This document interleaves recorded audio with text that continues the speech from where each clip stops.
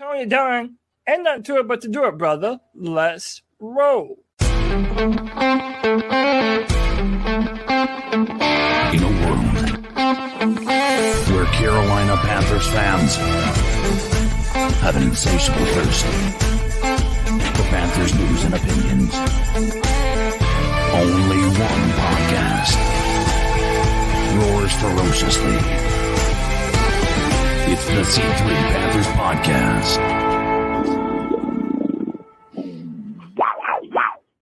Hop in the car, fans. We're headed to OTAs. It's the C3 Panthers Podcast brought to you by CarolinaCatChronicles.com, where every Tuesday night we chop up the latest Panthers news and opinions from the fan perspective. It's kind of the eerily quiet time of the season, and somehow this has been a very, very secretive, quiet OTAs, in my opinion. It's just very Neapolitan ice creamish, if you know what I mean, when it comes to our quarterback, Bryce Young. We've got that. We'll peek around the league. DJ Moore getting a lot of pub in Chicago. Hey, smash the thumbs up button. Get in the show. The number's 252-228-5098. Rock with my wheel man, Cody Lashney. How you doing? Tony Dunn, you know how I'm doing. It's a Tuesday night, and I'm here with the boys, man. Listen, we've had a bunch of news. OTAs has been going on. We've heard more from Bryce Young, more from Frank Reich, more from a rare Matt Corral. You know I'm happy, man. Let's talk about Matt Corral some more, even though nobody else wants to, baby. Yeah, I'm pumped. We're going to talk about a little bit of everything, about the draft potentially being in Charlotte. I have a bold statement for a player that I do not think is going to be on the roster by the time game one against Atlanta comes up. So all of that and so much more. But Tony, you know what we're going to do? We're going to do this podcast with the best damn Panther fans in all of YouTube. You already know him and love him. It's our guy, Drew. What's up, Drew? C3D's Ill Skills, our brand ambassador. What's up, brother? Eric, we got Hemlock, Kristen Delane in the building, Leon Murray, Poppin, Underground West, White Chocolate Espresso, Tony Dunn. Ain't nothing to it but to do it, brother. Let's roll. For some reason, I don't think he's being shy about the player he doesn't think that's going to make the team. I bet you he's talking about that Harry Henderson of a beard you got there. Greg, the Bat Daddy, how you doing, my friend? Welcome back to the C3 Panthers Podcast. I'm doing fantastic, man. This is my playoff beard. I started last year. Remember, at the beginning of the season, I said I'm going to grow my beard till we win a playoff game. So here we go. This is what it is. Check it out, man. I had a week off. I took a week off from social media, kind of. I checked a little here and there. Podcasting. I just kind of disconnected from digital world for a little while, and it was great. I'm back. Chickens are fed, goats are fed, dogs, bunchies, pig, kids. They're all fed, tucked in, ready to go. I'm here to talk Panthers football. CK, Big Papa in the house. How you doing? Man, I'm just happy to be here. I am in a brand new room, so I can be loud again. I haven't been able to be loud for a couple of weeks, and I'm happy to be back, man. It's I missed you guys last week, rather, and just glad to be able to hang out with you guys again this fantastic Tuesday evening. Well, why don't you use those big, loud golden pipes and ask them to become C3 superfans? Wait, you want me to ask them to become C3 superfans? Yeah, that's just $1.99 a month. All they got to do is hit that little button called the join. I demand that every person in the chat, that's a little bit aggressive. If you would like, please hit that subscribe and join button and become a C3 superfan for $1.99. Now, back to the show. The number's 252-228-5098. That's 252-228-5098. Getting the C3 Army, man. The C3 Army is growing on Twitter each and every day. What I want to start doing, guys, is we need to start putting together a list. All right, got one. We need the C3. If you're part of the C3 Army, we got somebody make a list for us. And what I want to do is we can make a Twitter list. And we put it all together. Have you guys ever do you use Twitter lists at all? They're great. Like I have one for NFL reporters. So and then you can just click over to it. We can even buzz that through straight on the front page of the website. So Yeah. Let's I already, make I the already list. have one. I already have one going. I'm going to continue to add to it. Lots of people putting that C3 in their username, man. We feel the love. We feel the love. And then you know what? We also have someone who loves to give the love. Uh-oh. And that's just don't care because he just gifted 5 new memberships in the chat. Just don't care. You are the homie. We appreciate you, brother. Every single time you're appreciated, man. Let's jump into the show because, or if not, we'll probably end up debating what you put on corn, which was what we were debating before. Yeah, how did it get there? Yeah, and OTAs in the house. OTAs in the house. And that means organized team activities, right? For a long time, I thought it meant off-season team activities. Right. Organized team activities. The team organize it. The players show up voluntarily. But it's one of those things where it's not voluntary. We demand it of you, much like CK tried to demand the superfan earlier. It's like this. We shame them. We're like, why aren't they here? Joe Person goes, hey, I ain't seen this person. We've got some injury news, surgery news coming up. But the star of the show, the belle of the ball, the man, the little elf on the shelf with his red shirt, 10 out of 10, boy. I mean, you walk into a room that's full of 10s and he's a 12. Number 9, Bryce Young in the house, taking team reps with the number 1. Yeah, so a lot of news coming out of OTAs, some interesting news.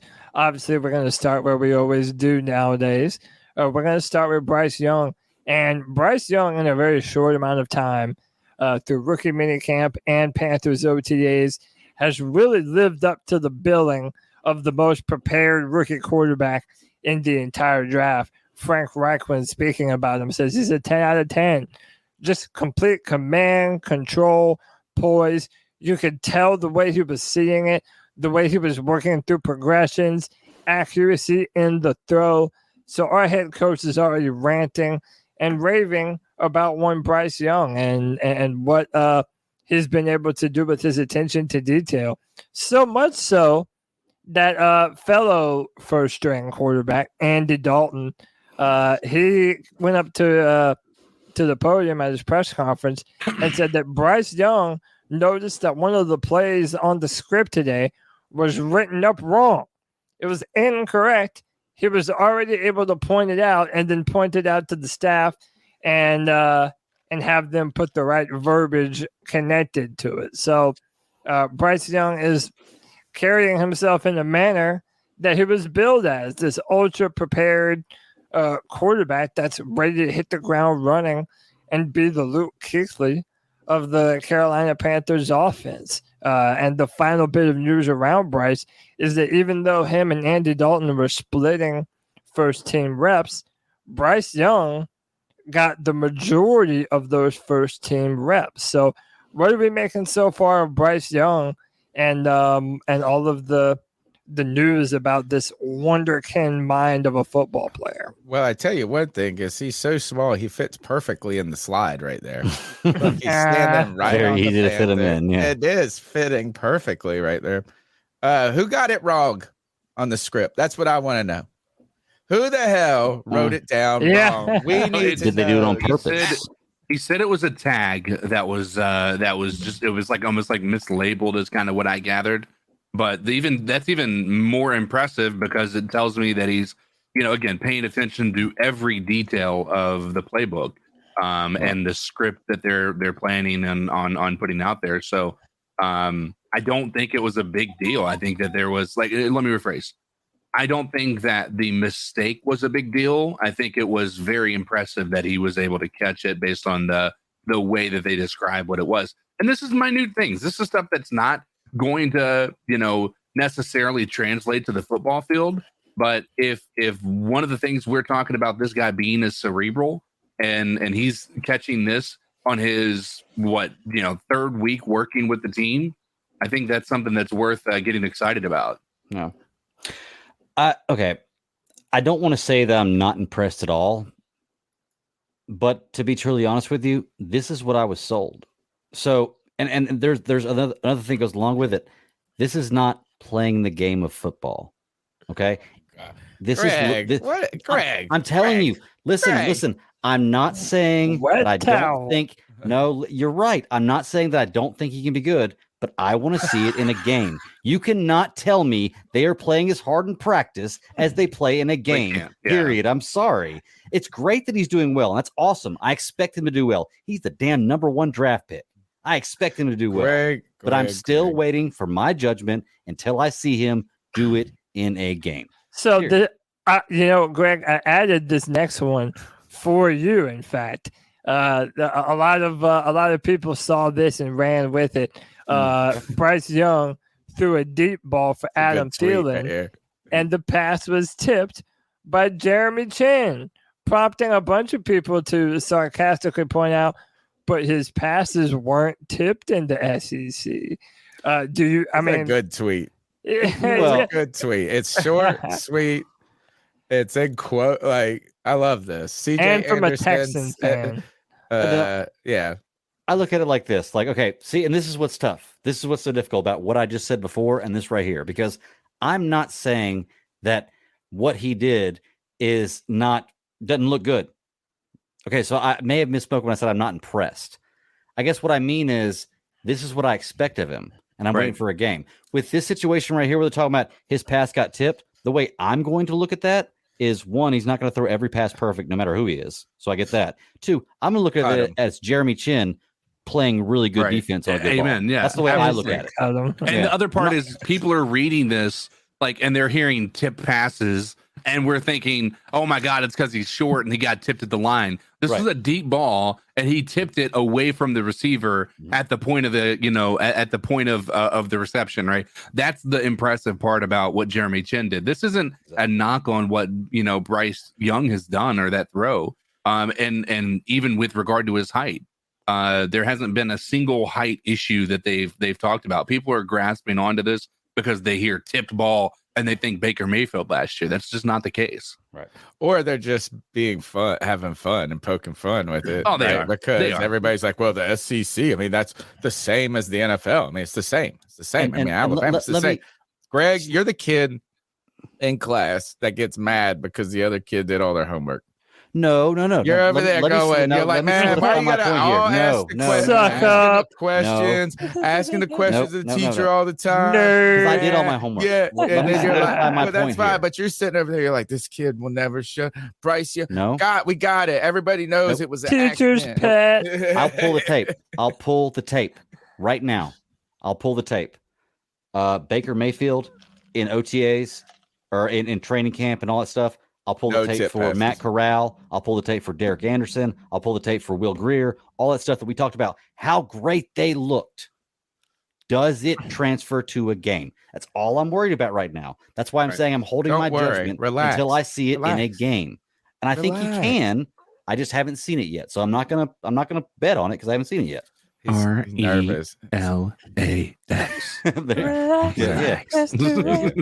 It's hard to when you take your truck to get your oil change. Oh my God! It's hard to relax. All right, so Bryce Young, the bell of the ball. The bell of the ball here is that there's nothing that surprises any of us on any of this, or at least for me, it doesn't surprise me. And what doesn't surprise me is that he's taking reps with all the ones. It does not surprise me that Andy Dalton is there to mentor him. He will be starting from day one, right? All of this makes sense. I guess really what stands out to me a little is Frank Reich is like a really he might be too nice. He's like a super nice coach. Yeah, like player friendly. Like he's like 10 out of 10. I mean, he's just good. Like he does, as he said, well, and maybe this is the time of year when you need to be positive.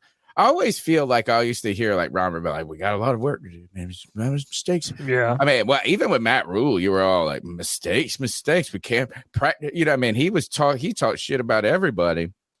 Frank Reich is like, man, he's like, we ain't putting the ball on the ground. Nobody's hurt. 10 out of 10 for my new quarterback. I mean, he should say those things, I would think, but he is Mr. Nice Guy. Right. Well, but also, what if it's the fact that he's running a much tighter ship than Matt Rule ever did? And you even heard reporters saying, even during rookie minicamp, that it just seemed like everything was ran so smooth and to the point, and by coaches that actually knew what they were doing, and they were really hands on. And it just seemed like there was a new energy that was like pervasive throughout the building. And us Panther fans have been so optimistic this season because of what they've done in free agency and the draft, and moving up to number 1 and everything that we've done, the brand new coaching staff. I wonder if that same kind of enthusiasm is also rife throughout the organization and on the team right now. I mean, you have Frank Reich for the first time getting a look at all of his players on the field. He mentioned how much of a stud Brian Burns was, how much of a good leader he is. Maybe this is just Frank Reich also being impressed with the young talent that he has on the football field. Where he's the epitome of a player's coach. I mean, he was. I mean, literally, he was a player, and now he's a coach. Like Sideshow says. It's kind of ideal, right? I mean, the other part is like right now, I think we've seen a lot of players get the, he's going to have to earn. He's going to have to do this. He's also said that. He hasn't said that he's coming here and he's earned that starting position yet either.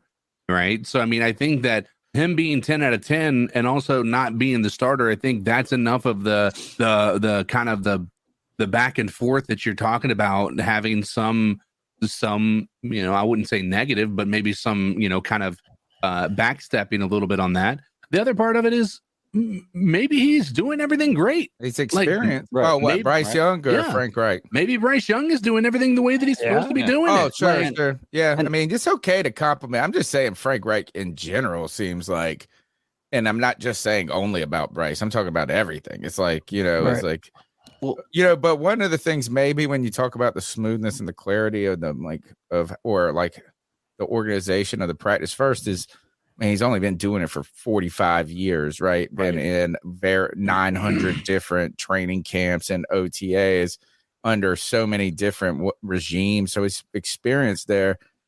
But, is that because he was a player, I think he understands, I think that's experience. Oh, I was going to make the analogy of this is, if you ever been with a carpenter, it's like one thing to be with a young guy who can work real hard and can run around and do everything. And he's just got so much. He'll be like, I'll outwork you.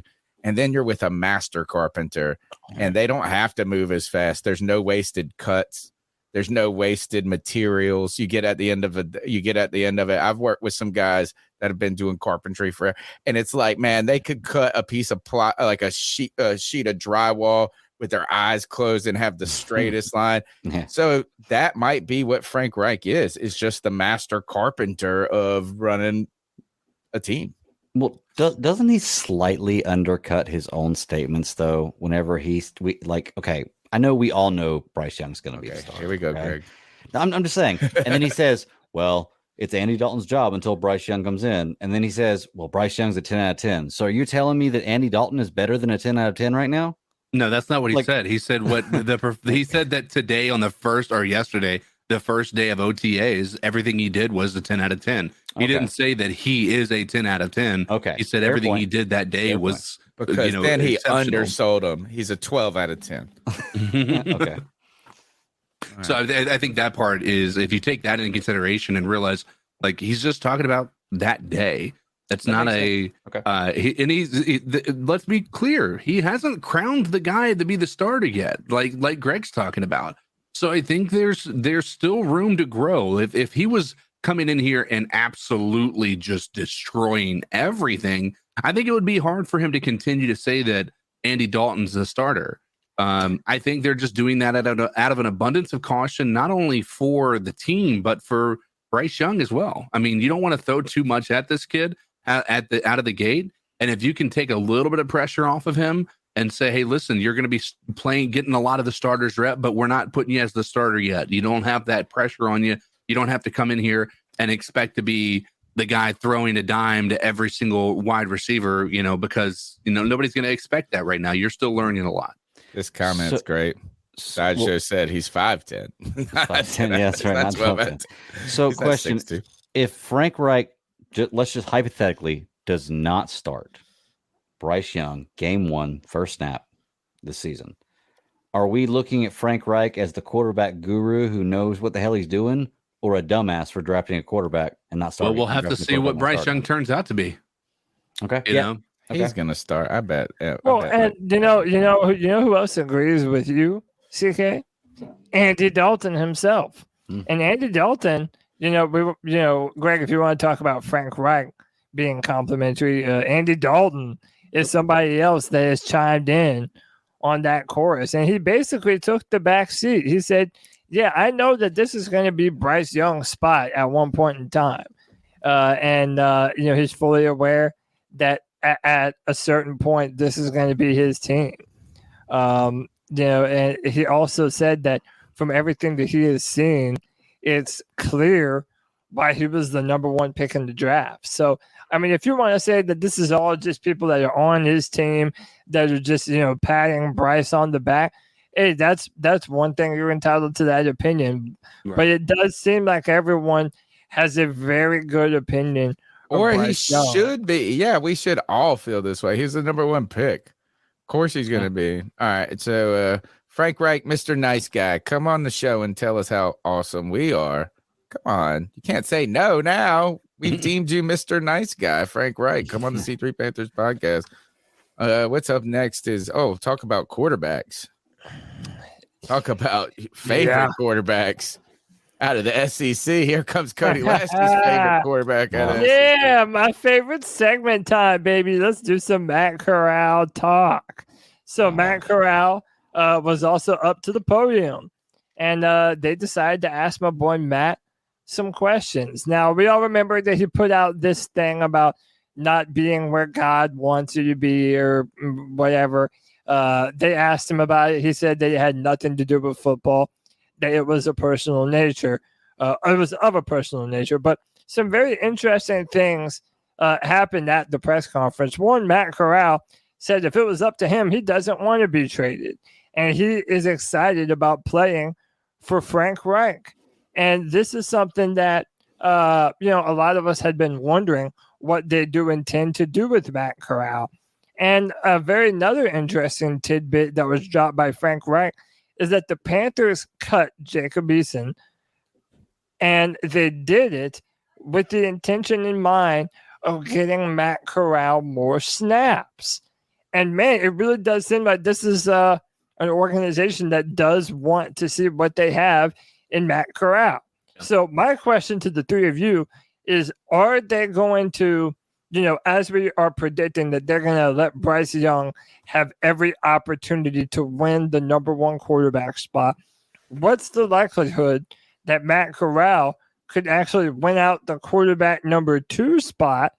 Or do you think that there is an effort underway to show off Matt Corral? 2023 wasn't a good year for the Carolina Panthers, but I'm trying to make 2024 a better one for myself. Get started on your resolutions with Factor so you're ready for the new year.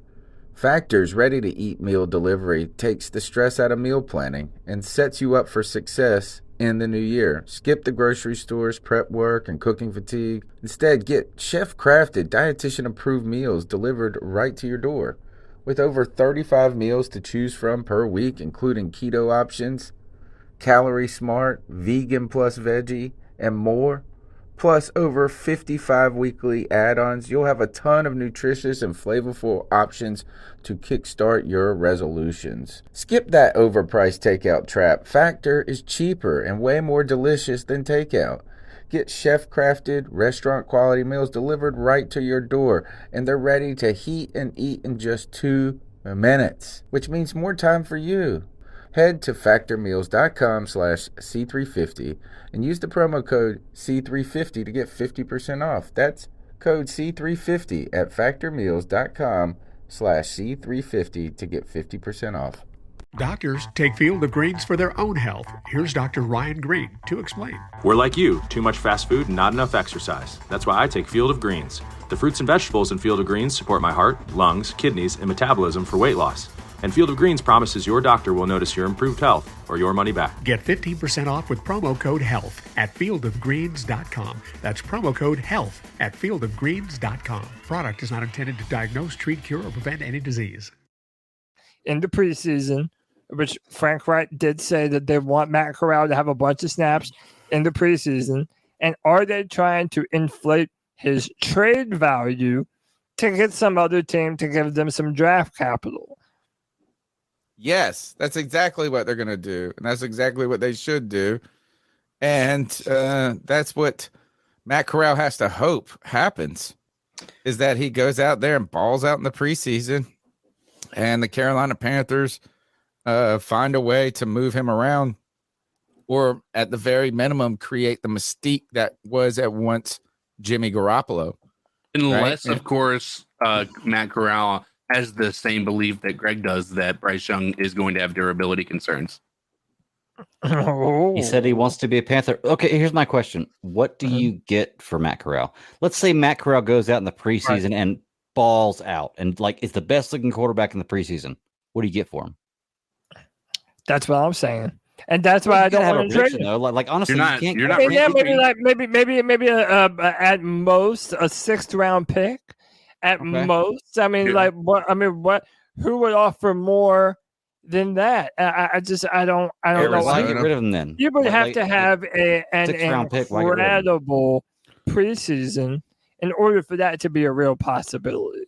And also there's now a new rule that you're allowed to hold up to 3 quarterbacks. Every team is allowed to have 3 quarterbacks suited up and ready to play football games because of the injuries to quarterbacks last year.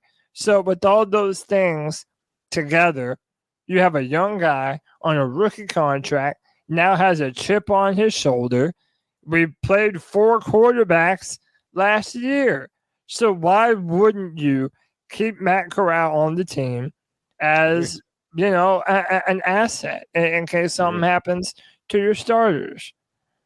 Well, you're definitely not you won't getting get rid much out of of him. Yeah, but you're not getting rid of the other, the red rifle. No, Under any circumstances, there's no way Matt Corral is on this team instead of the red rifle. No, but if they both might be on the team, but not right. But if you're already paying him the rookie quarterback contract right now because he's still on that, why not keep him? Because look at it doesn't happen often, but look at the situation last year with San Fran, where you're looking at putting Christian McCaffrey in as quarterback. You have to take into consideration the new rule as well. Did you guys? I mean, I don't want to over. He alluded to it. No, alluded to it. Is go ahead and try to explain this. So basically, right now, there was a rule that was agreed upon by by a vote within the NFL owners committees or whatever you call them.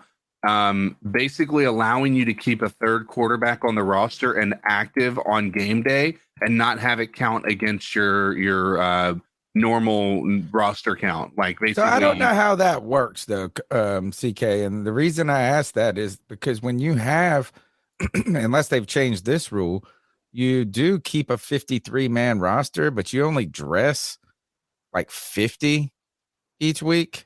Right, you have 5 inactives out of each game normally. I think essentially what this is saying is if one of those inactives would normally be a quarterback, then you would only need 4 inactives. So he still counts towards the roster, but just but not the game day roster. Actives. Okay. Yeah, exactly. That's what my understanding is. Again, if anybody in chat, recalls that being a different explanation, that's what I'm gathering. Which is why this is such a big deal for Matt Corral. Then you don't have to put him on the practice squad. Well, yeah, you don't have to put him on the practice squad. He's on that rookie contract, and it's not going to count against your ability to have the depth at most every other position that you want. You don't want to have another situation like San Fran had, right? Like Greg talked about, because that was absolutely god awful. That was one of the worst games I've ever seen. And quite honestly, I'm not sure that the Eagles would have beaten. Based on the way that I saw them playing early in that game, I'm not sure they would have beaten the 49ers had they not had that happen with their quarterback. So what we need to happen then is Bryce Young at some point to miss 1 game because of something, whatever, nicked up, something like that. sickness, illness, Right. but illness. And then Dalton get banged up in that game a little bit. And then Matt Corral come in and throw 4 touchdowns. And then he will be what's his name? Matt Flynn. Remember he over Green Bay, Green Bay. Now he went on as a free agent and signed a giant ass deal with Seattle. That was the year Russell Wilson was drafted, and they paid him a bunch of money. And then Russell Wilson ended up winning the job. And the kind of the Nick I think Foles. it was Matt something Flynn.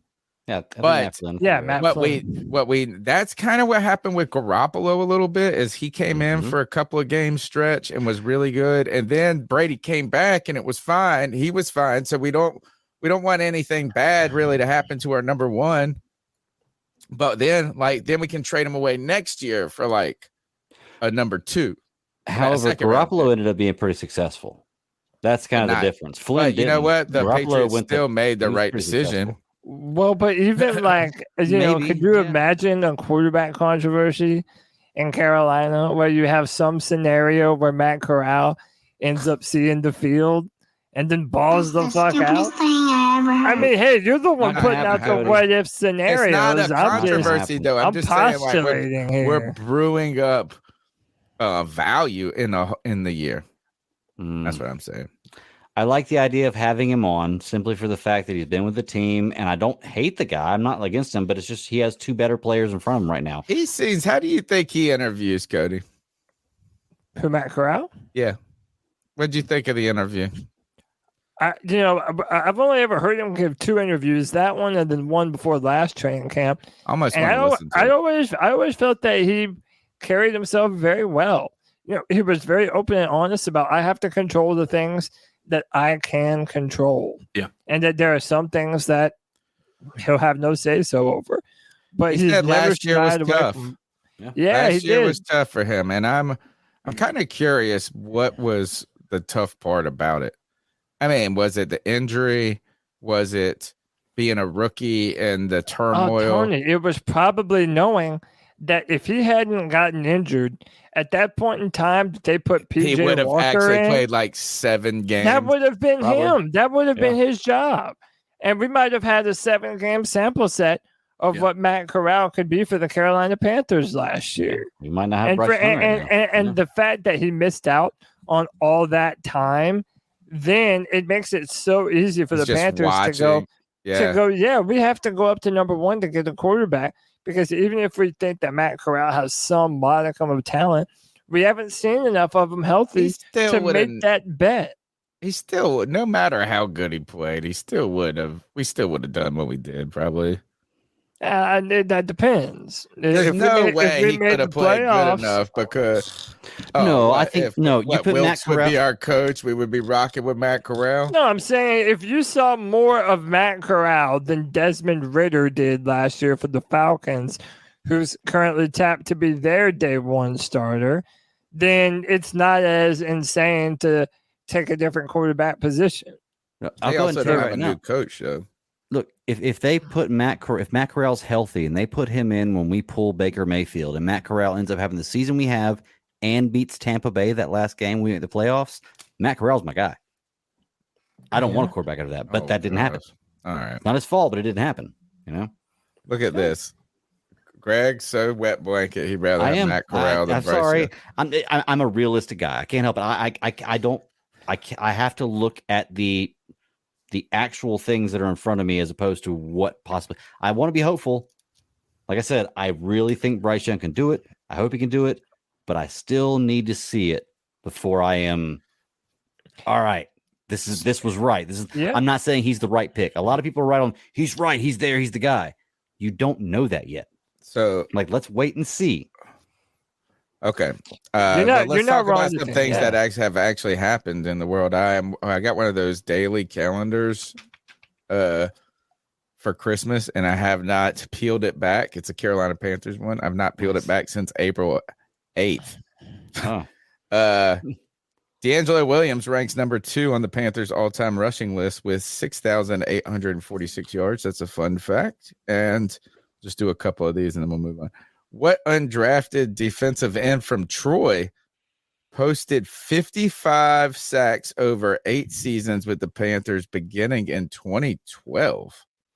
Oh, Defensive end. yeah. Undrafted defensive end from Troy. Who the fuck would that have been? 2012. Oh, We would have had Charles Johnson, and who was on the? We would have had Greg Hardy in his second year. Who else did we have? 2012, Luke Kuechly's rookie year. Who the hell is that? Interesting. Haynes, Marquise Haynes? No way. He's on the team right now, isn't he? Calendar don't lie. Let's see. I'm not gonna. Do you guys want to? You want me to look? Yeah. Do it. Oh wait, the calendar didn't say it. Oh, Oh man, it's the other. It's the first Marquise Haynes, Mario Addison. That's the last Marquise Haynes. All right. Fun Toby fact: Griffin picked it up. when Christian McCaffrey caught 116 passes in 2019, he not only set a club single season record, but he also posted the most receptions by a running back in NFL history. And last trivia question, we'll move on. What player forced 3 fumbles to lead the Panthers in that category in 2020? Oh, I know this one. Jeremy Chin. Jeremy Chin. And the answer is Brian Burns. Oh, really? That's what it says. I thought it was Jeremy Chin too, so I didn't know it. All right, what do we got next? Matt Corral, starting quarterback of the Carolina Panthers. Brian Burns, 3 forced fumbles. What's next? Next up, Charlotte, North Carolina could be home to the NFL draft.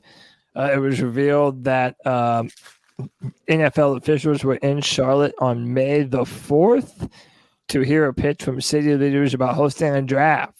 A spokesman for Charlotte Sports Foundation confirmed Joe Bruno was the first on the visit. So, what do we think, man? Charlotte? I think people would love it. Oh, dude, I would. I mean, our fan base would love it, but I think people from other places would love it. Yeah, like having having the stadium right in the city, you know, is such a perk for doing things like this right here, right? Because look, we had Kev White Chocolate Espresso went there, and you know, man, they go out there. You're out there at the draft. It takes a lot of energy out of you. You're spending $12, $16 a beer, or whatever it is. You see your pick, and what do you want to do? Go eat in a restaurant?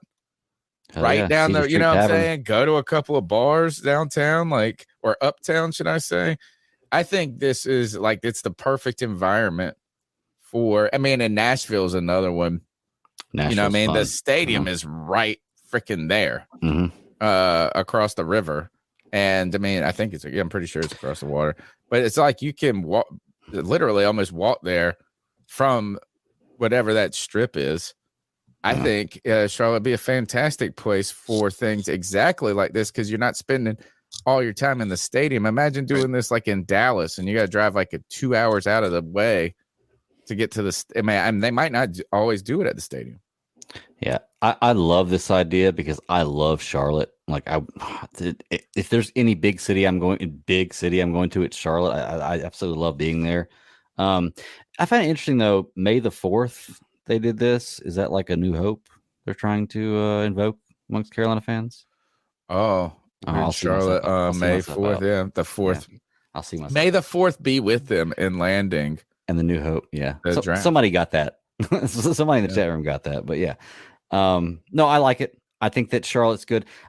I think that Tepper wants to put Charlotte on the map. I think that he wants to have a stadium that a Super Bowl could be hosted in. Yeah. I think that he wants to have these big events there. And I think Charlotte's a perfect city for that kind of thing. Uptown Charlotte is such a fun place to be. It's clean, it's safe. Exactly. It's so clean. That's why I love it. It's so clean. You know, it's a great, I mean, it would be great for this, because I'm thinking of just the time that's away from the draft that's still part of the weekend. Of like, you don't have to go to a hotel that's 10 hours away. It feels like, I just feel like it would be very convenient. And there's a lot of big surrounding cities too. Can't do this next slide without Cody. But I was gonna say, there's a lot of big surrounding cities in Charlotte. I mean, you can, it's a perfect location to be the next like big hub, with places like big cities that are somewhat falling off the map right now, or maybe not being so desirable places to go be or visit, Charlotte is a really, really nice area to come check out. So I think they could do it. They could make Charlotte not a small market, and that would change the dynamics of every sports team in the area. This is not a good fact, I don't think, for the Carolina Panthers, which is, this is actually surprised me. Maybe it surprised you. The Panthers, who did not play a regular season overtime game in 2020, entered 2021 with an all-time record of 5-10-1 in overtime games. Regular season overtime, our record's 5-10-1. Not too great. No. For us winning a few overtime games that I feel like I remember. All right, let's see this one here. What wide receiver from Ohio State amassed 4,023 combined net yards, rushing, receiving, and returns for the Panthers over just 3 seasons, 2013, 2015, 2016? That's an easy one. Wide receiver. Speedster. From Ohio State. Stone hands. Ted Ginn. Ted Ginn was from Miami, wasn't he? No, he was Ohio State. He was Ohio State. Okay, I thought Ted Ginn, but I thought he's from Miami. I wasn't sure. So, okay. All right. What else? Did you guys hear anything else when it go? While we wait on Cody, we'll go. Let me see if I can jump to. Let's see what this one is. Nope. Jumping ahead. Oh, we'll talk about this. And this is going to be the play. Oh, he's back. He's back. He's back. We were just going to jump to another topic because I needed you for the Rihanna talk. Well, let's do it. And let's talk about it. We'll go back to Rihanna then. So what happened is Panther fans kind of talking about this on Twitter, and I couldn't figure out, like, it was hard for me to see this picture at the time. I think it was outside, the glare or something on this. This got more in depth than I thought. When I didn't understand that this was a dress. I didn't see that. It's pretty wild right here. Rihanna, in this big fashion forward statement, Malayan Senegalese designer Lamine Baidan Kouyate, I don't know. Good try. Is got this dress that she made out of a couple of, it says a D'Angelo Williams jersey, a Kerry Collins jersey, and a Derek Brown jersey put together. Or but it's not. Yeah, it might be Johnson because Charles Johnson. Yeah. If you look, the Panther, Dick, racist Dick. Look. Yeah. Check this. If you notice the Panther on her sleeve, it's a throwback Panther. Yeah, like it's the old style Panther. So I think it's Charles Johnson. Yeah, probably Charles Johnson. If that's Charles Johnson, what's the symbolism? By the way, it just maybe says she's Panthers. a Panthers fan. It just says Panthers on the back. The that's dress the designer. thing. Like, the dress designer, the numbers of the players don't matter. It's just the sewing together the three jerseys. Okay, it would be cool if there was a statement like, so Big Johnson, big money, broken jaw. Like, we got put together and we could put these 3 numbers and dickhead second wrestler. Yeah. Daryl 88 says it reps the 95 inaugural season. But Charles Johnson wasn't there. The year the team started. Well, 95. 95. Oh, I get it. It didn't even say Charles Johnson on the back. It just said Panthers on the back. You're right. Okay. 95. Look, I mean, I thought the picture on the right. I thought the picture on the right was somebody that actually wore this like a long time ago, and then the picture on the left was them recreating it. I don't think so. I think it's just black and white version of the same person. Well, I think someone used this as a fashion show. Whatever name you read, they saw the black and blue together and liked them, and then stitched together. One, the dress is ugly as fuck. Let's just be real, right? Rihanna is beautiful. Always is. Is she but pregnant? The dress, she's pregnant with her. She was pregnant in at the Super Bowl. Okay. But by the way, to me, this doesn't mean that Rihanna is a fan of the Panthers. You know what I mean? Like No, she's no, just, no. no, It's she this was wearing designer. yeah, let me this let me think what I designer want to is- think. dude. Rihanna's a fan of the Panthers. I'll take that. Yeah, no, you're let me right. think that. Don't take I this want to away from know. us. Don't take it away from me. Exactly. No, I you're wanna- right. My fault. My fault. My fault. I want to know more about this Zuli Bet clothing line here and what they're trying to do. You know, is that you always think about this because she's from Senegal, and you ever wonder what they do with all those, like what they did with the hats that the Carolina Panthers that said Panthers 2015 Super Bowl champions? Oh, Some are yeah. different Like, you know, countries, don't like they? there's the running joke somewhere that there is like some poor Indian kid Yeah, wearing a Panthers Super wearing Bowl. like like whoever the loser was of the Super Bowl. You know, I don't like, think it's a running joke. I think that's actually a real thing. Yeah, I think they it's real, really, too. yeah, they I do. feel like that. we would see more pictures of that on Reddit if that was the case. Maybe. And is this clothing line? What if the Zuli Betts clothes? What if that would be? You know how retro clothes are in? Like we got these shops now, and or isn't that we call old like and it'll be like they're like old. What's the one? The alligator. My mom used to always make me wear the jacket that had the alligator on it. What's the name? brand? Polo. No, No, not polo is a polo. guy on a horse playing polo. Yeah. The crocodile one, alligator is somebody in the chat will get it. It's like this is a name brand from the 80s. So like now Reddit That members shows only you how jacket, well I yeah. know my preppy shit. I don't know. think it was. Maybe Yeah, it was. Izon. It was Izon.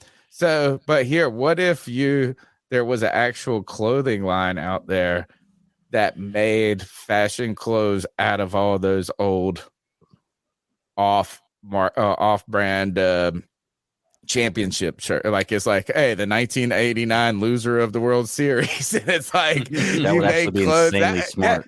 You Yeah. would make a fortune in Yeah, it this would be kind of very like as smart. people are getting record players back out and people are going to a coffee shop with like an old typewriter. Hey, that clothing line would pop. Lacoste. Yeah, is Lacoste was what people are saying in the chat. Anyway, Rihanna and her wild dress, the life of the rich and the famous. Dude, this is one of the biggest Panther stories ever. Right. Like Rihanna wears a Panther jersey, and everybody. Well, I mean, says everybody crazy. would love for that to be their baby mama. To be honest, I was gonna say, can we at least admit it's one of the most beautiful women we've ever seen wearing a Panthers Oh yeah, jersey? dude, Rihanna's, Like, I mean, come on. she's so hot. Yeah. But can we at least admit that the dress is ugly? Like on the dress is right very side, ugly. like it's just But just a bunch she of still looks fantastic. jerseys stitched together from awesome. I top love to it. bottom, dude. Yeah. It's so bad. I mean, it's more like art than it is. Uh, Yeah. Well, the you know, problem no doubt. is, look at the huge gap between the 95 and the Collins, which you have the Collins is the only name on the jersey, and then the small gap between 12 and 34. You should have cut Collins out and put the 12 up right below the 95, like the 34. Greg, fashion designer, Tell right here. this designer, And that would have how been to do been it. a dress right there. I'm just saying. Look, listen to me. I know how to do fashion. Look at me. You know. I think it's art. It's Panther art. Gal 72 I wonder how much she says- paid for it. Panther Gal says she'd wear it to church. How much do you think that dress cost? Probably like, yeah, dude, one chocolate said probably- $14,000. One probably like chocolate 14 said grand. she probably Way paid more than it's worth. $50,000 for that dress. Those are probably game for, worn for a jerseys. jersey that costs $50 each. That's awesome. We gotta get in this business of this of the losing Re- t-shirt. repurposing jerseys. Yeah, losing one. And what if we sold it like, hey, you want to forget the 2015 Super Bowl, the Broncos? Fuck them. Why don't you just wear the one you wanted? Like you're like revisionist history and get, hey, Yep. that's what we would call the name of our clothing brand, revisionist history. We Like, made and you just championship shirts for every team that lost. yeah, Is it a and like, remake of the you- jersey dress? Do y'all remember when the jersey dress was really big? I mean, my wife liked them, but do y'all remember that? Is it a remake of that? I The don't ugly know. jersey dress? Can we call it that? I think this is a one model. All right, what's next? I think we had some injury talk too. We Well- have Smitty. Wasn't it Smitty? Smitty's got a big podcast coming out tomorrow, guys, and Moose is going to be up there crying. crying. You want Tears. You want to watch the little clip? Yeah, hang on one second. He's emotional. Cue it up. This is the nicest you ever heard Steve Smith be to anybody. Mhm. Yeah, I mean, immediate tears. Clearly, it's just a cut of tomorrow. Cut to it. It's a cut from cut to it. But tomorrow, check out Steve Smith's cut to it, as his guest is Nassim Muhammad.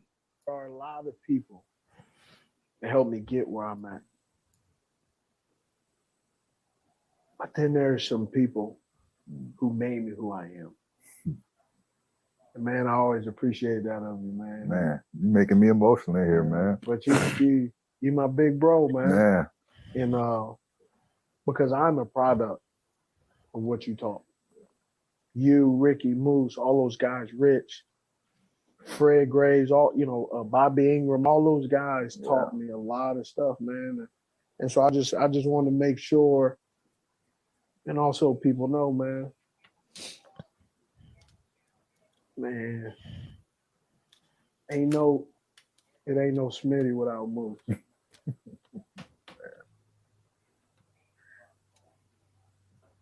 Smitty, it's been a pleasure, man. Absolutely, It's been man. a pleasure, man. And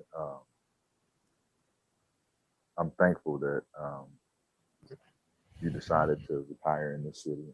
I decided to retire in this city because we got a lot of good years ahead of us too, you know. And it's only beginning, you know. Yeah. It's just beginning. Like life is, I feel like it's just really starting to begin, you know. Yeah. And we had a lot of good times and a lot of things to teach because we got some people from behind us that need to understand too. Yeah. How to be special. Yeah. So Smitty paying some homage to the great Muhsin Mohammed. Oh, yeah. Says he wouldn't be the man that he is today without him. That seems like it'll be super emotional. Hey, Clearly. can I just say too, like that was fantastic seeing that. But the fact that both of them were talking about chose to retire in this city goes back to what I was saying about Charlotte beforehand. If you've never been to Charlotte, man, what a great city that these players decide to retire and come back here. Now, granted, I get they played for us, but you can at that point when you have that much money, you can go anywhere you want to. Anywhere you want to, and you decide to come back to And a Charlotte, businessman in the community is. I know Moose used to. Man, I don't know what the epicenter is, if it even exists. Didn't they close? He owned the Wild Wings, Buffalo Wild Wings, or whatever it is. He was either the owner or part owner of that one that was in the epicenter. So he's a businessman in Charlotte, Moose. I felt like Steve Smith should have been like, man, I'm just so happy I never got mad enough to punch you in the face, Moose. So thankful I didn't do that when I was young, because now I'm older and we're sitting here thinking back about our lives and trying to continue to live them beyond football. And here we are. And now we can be friends because I didn't punch you in the face like Ken Lucas. Ken Lucas not going to be on the Cut to It podcast, I'm guessing. No, probably not. By the way, shout out to my boy Handy Capable in the chat. He's a good friend of ours, new part of the C3 Nation. So shout out to him. And yeah, man, I can't wait to watch Moose and Steve talk about all those old days with the Carolina Panthers. I'm sure they have so many stories. You just want to be a fly on the wall when they talk about everything that they've been through. So that ought to be. I'm sorry, I was looking at the chat. I think Jonathan Stewart lives in Charlotte as well too. Man, he's always doing crapping around here. He did the air horn at the Canes game. The first. Yeah, they said he broke it, right? Really? That's what I heard. Pumped. He was excited to be there. He looked like he was having a good time. And that was the game that went 9 hours, went 7 periods. It wasn't that. It was long. It was long. Two and a third games. Yeah. Yeah. Insane. And he was excited to be there, man. The Canes. That's my ace up pick tonight. 0-3. They're getting blanked by the Panthers. All right. Yeah. Charlotte, great place. And I think, man, it is one of the nicest, in the country, like one of the up and coming, right? Is like North Carolina taxes aren't crazy.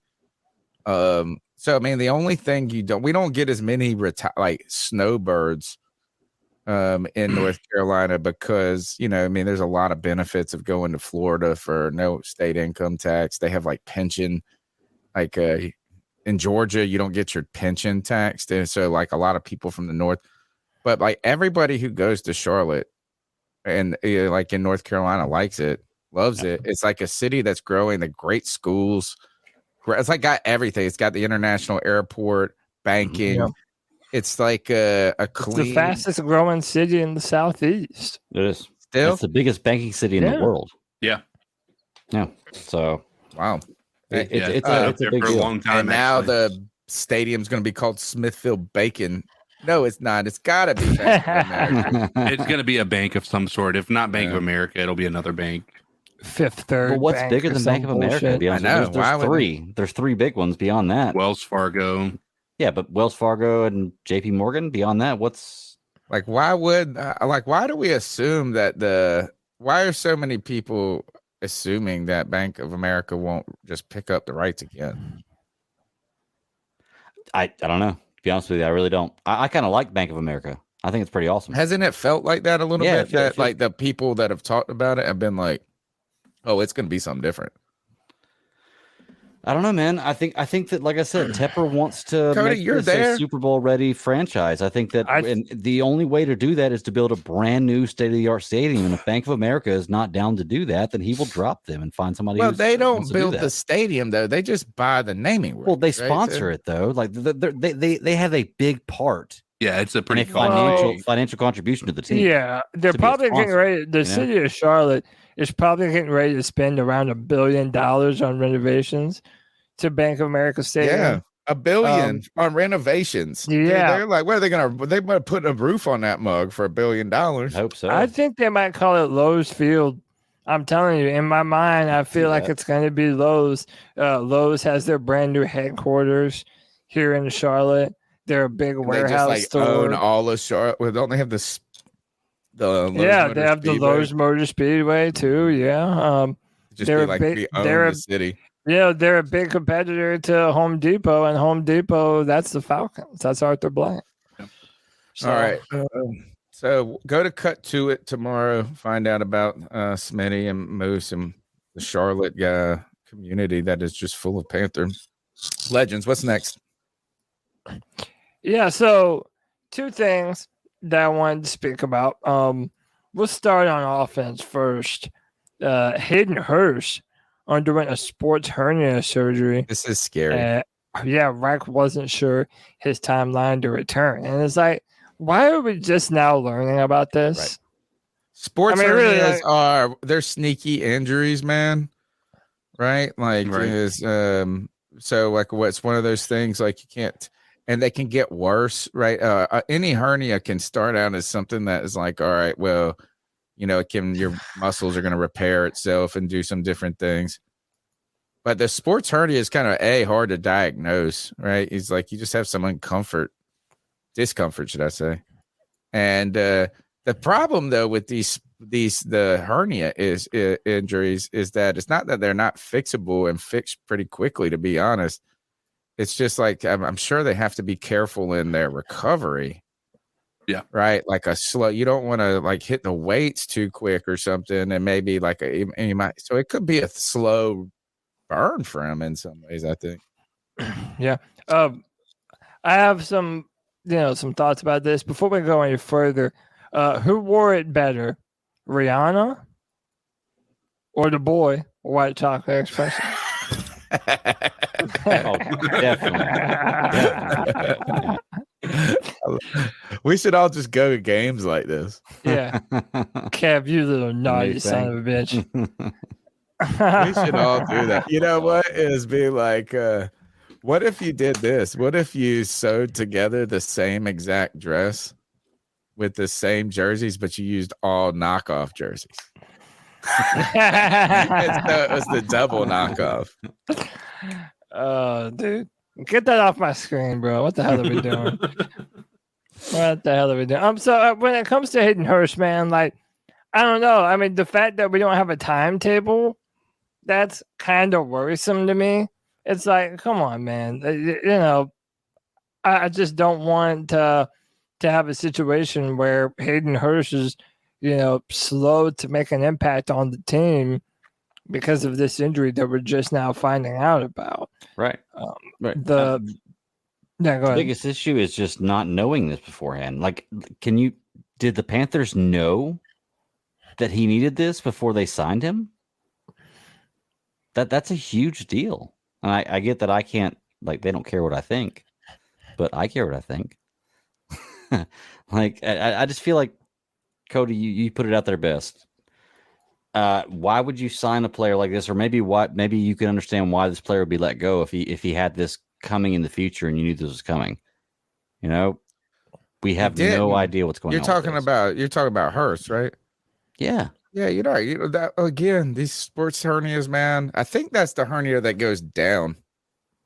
Like so a hernia usually is something as your intestine, like as you're pushed through, right? You have torn muscle, or generally in the groin area. Right? Yeah, like in the stomach is the when they call lower stomach. Sports hernias. I think are the ones that go down, like behind your Yeah, the power lifters wear belts around their midsection whenever they're lifting heavy weights, so they don't get but again, hernias. Sometimes it's like this, Greg. It's like just a little weakness in the intestine, like in the wall, and then like over time it gets worse. So it's not something like, oh, they knew he had a sports hernia. Okay, right? Well, like you may be right, that. Yeah. I mean, this could be a recent thing. It could be something that worsened, and they just figured out exactly what was going on. I think the more the problem, and like somebody's bringing up in the chat, is like, dang, we've got a tight end who's dealt with injuries in the past. I think he's had one other, but then DJ Shark, like these guys, but I mean, 1 year deal for Shark. This is when you don't want people getting hurt. This is probably nothing, right? I mean, I'm sure the timeline for this is him being back and being fine, but it's just like, dang, this is a guy. This is not CJ. How about this? Would you be as disappointed if CJ Henderson missed with a sports hernia? I don't care. Or Hayden Hurst. Exactly. Yeah. So here, Greg's favorite player, CJ Henderson, missed. I want to get him on the show. I want to talk to him. I don't know if you do. I want to talk to him. I don't know if you do. Let me talk to him. I got questions to ask him. Well, I think we all have a lot of questions. It'd be like, all right. So earlier today, or maybe at the start of the podcast, rather, I tipped my hat that there's a certain player that I don't think is going to be on the roster, and I said this on the Embrace debate with me, Desmond, and Monty, that the way things are going, I do not predict CJ Henderson is going to be on the roster week 1. I really don't. I feel he is on such a steep decline. And look, they said that he was there, or he wasn't there for personal reasons. I don't know this man's life. Maybe it was something that was, very personal that, couldn't allow him to be there. OTAs are indeed voluntary after all. But the fact that the Carolina Panthers did not pick up his 5th-year option, you know that your job is on the line, and you're still not going to show up? Mm-hmm. Bro, no one believes in him right now.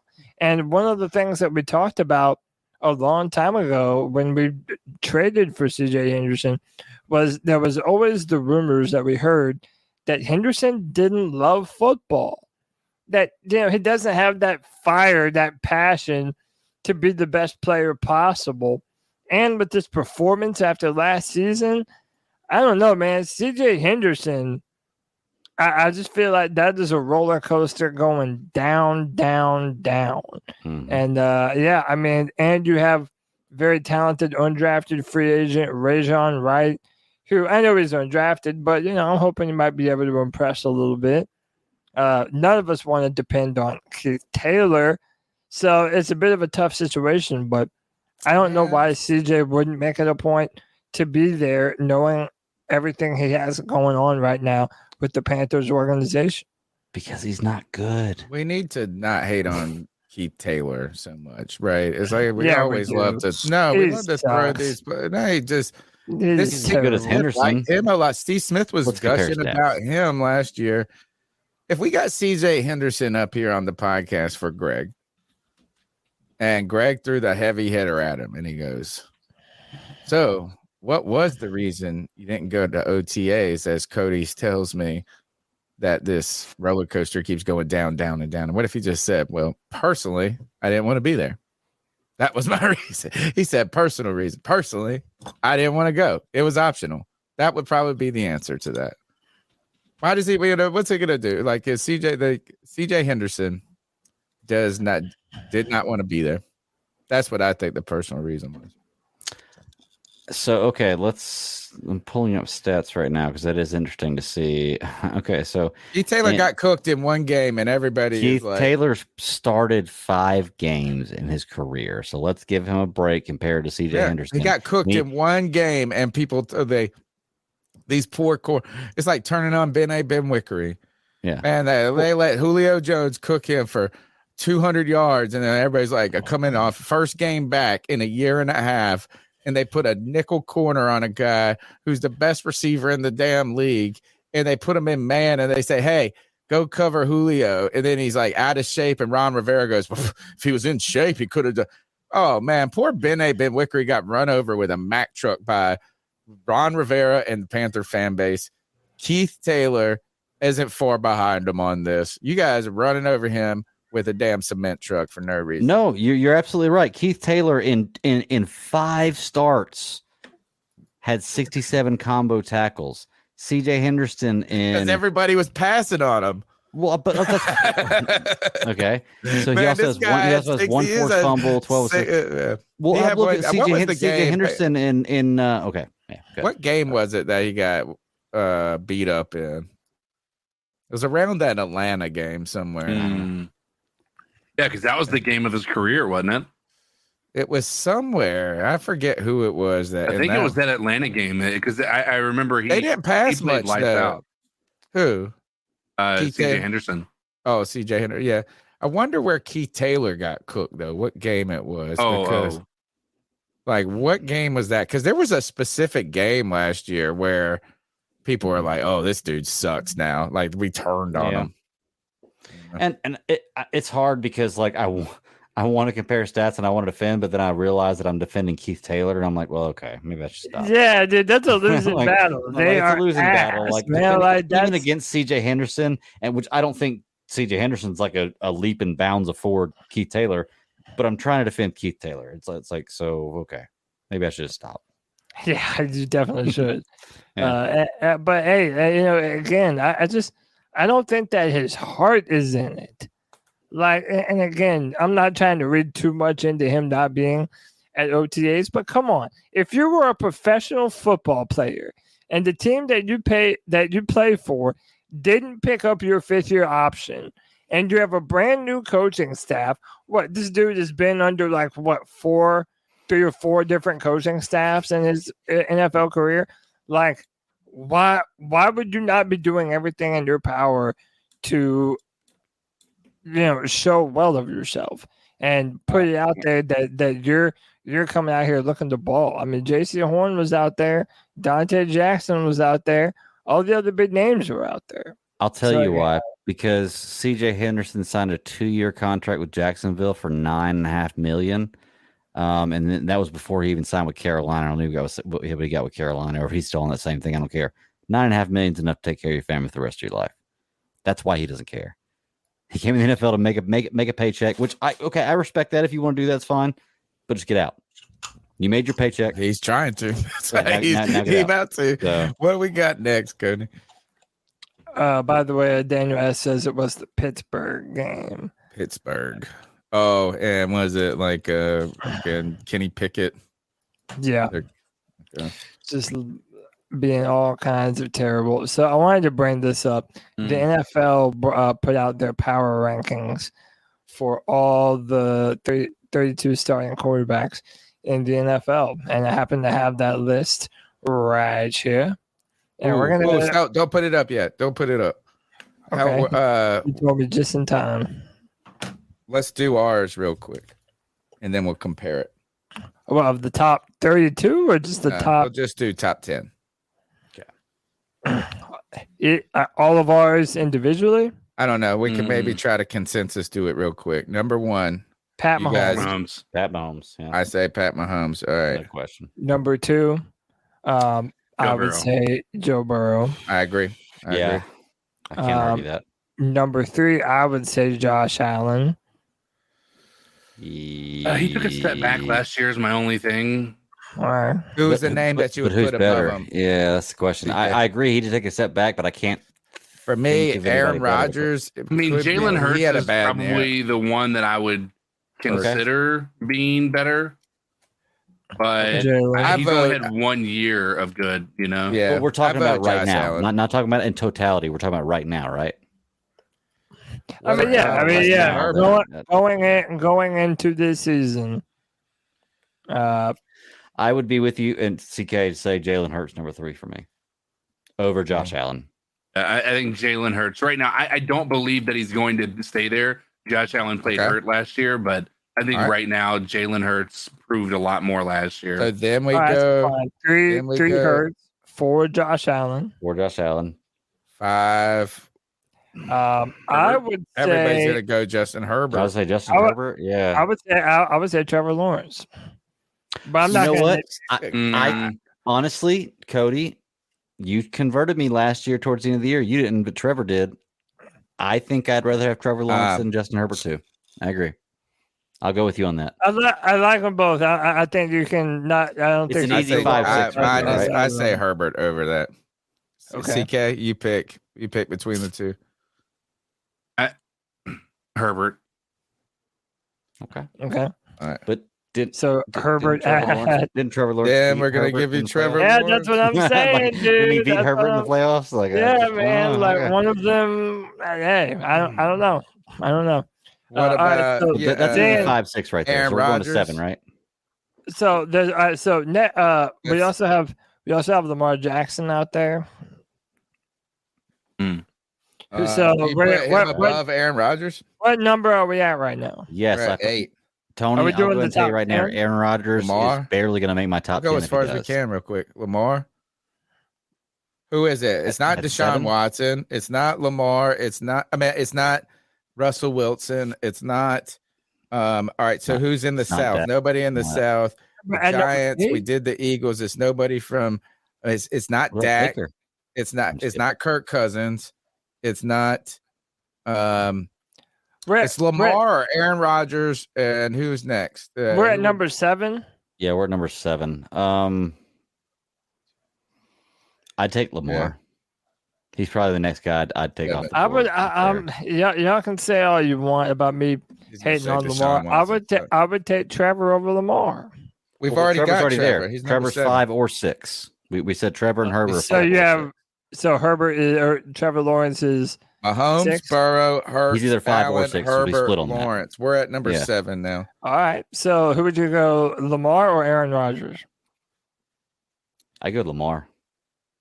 Lamar has a way better upside going forward than Rodgers does. I would say Rodgers because he's won before. It's Aaron Rodgers. Yeah, 2 what, MVPs. Like 13 years Yeah. ago, he won a Super Bowl. In a Cool. while. I mean, within the past lost 3 like- years, Lost an NFC Championship CK, home you- game. you- Lost like he's last been- year he's home been playoff an game. MVP. He's been been an MVP 2 He's a times in the spaz. last 3 Okay, years.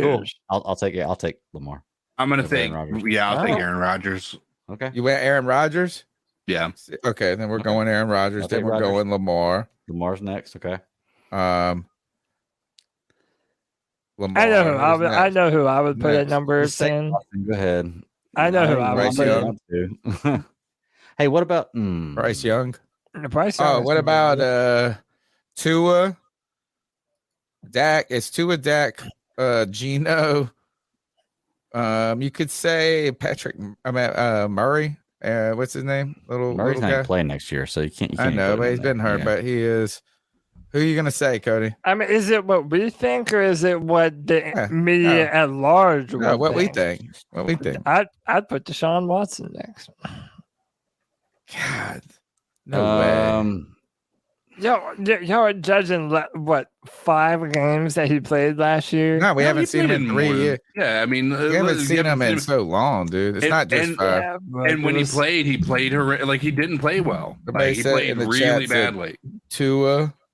There's Russell Wilson. Russell, yeah. There's Prescott. You got to throw Kirk Cousins in there in that category. Cousins. He's about that area. Yeah. Oh, what about Matt Stafford? Super ring quarterback. He's also hurt. He was hurt last year. I've never been a big Matthew Stafford. All right, I'm fan. not I putting just never Deshaun have. Watson. But so was next. Tua. I'm not Tua putting was hurt last Deshaun year. Watson next. Give me Yeah. another name, and It's then we'll either put Dak. Deshaun. It's either Dak or Jared Goff, Ooh, golf. or maybe Kirk Cousins. Prescott. Oh wait, Dak. Talking about who we think is the better player or who we think has a better looking No, season. this is our top 10. We're just trying to No, get it just- out real quick. We're just This having is fun. our power rankings of quarterbacks going into I'm gonna next say season. Deshaun And I'm putting Watson. Prescott over. I think over Tua. Goff I because like think Tua Cowboys are here. better than Lions. I don't like Tua better than Dak. All right, I don't so like we Tua better go than Dak. He hadn't Dak, proven it yet. Prescott. No way over Deshaun. I could see how you're making sense there. Dude, Ugh. Deshaun, people forget how talented Deshaun is. They do. You're right. He has to come back and remind us. I still don't like it though. Yeah. Dak, then what? Dak, then Tua. Gosh. All right, that's it. How about this? I don't want to put. I'm not putting Deshaun Watson in my top 10 right now. Not that can change next year, Yeah. but I'm not putting him over Tua or Kirk Cousins at this moment.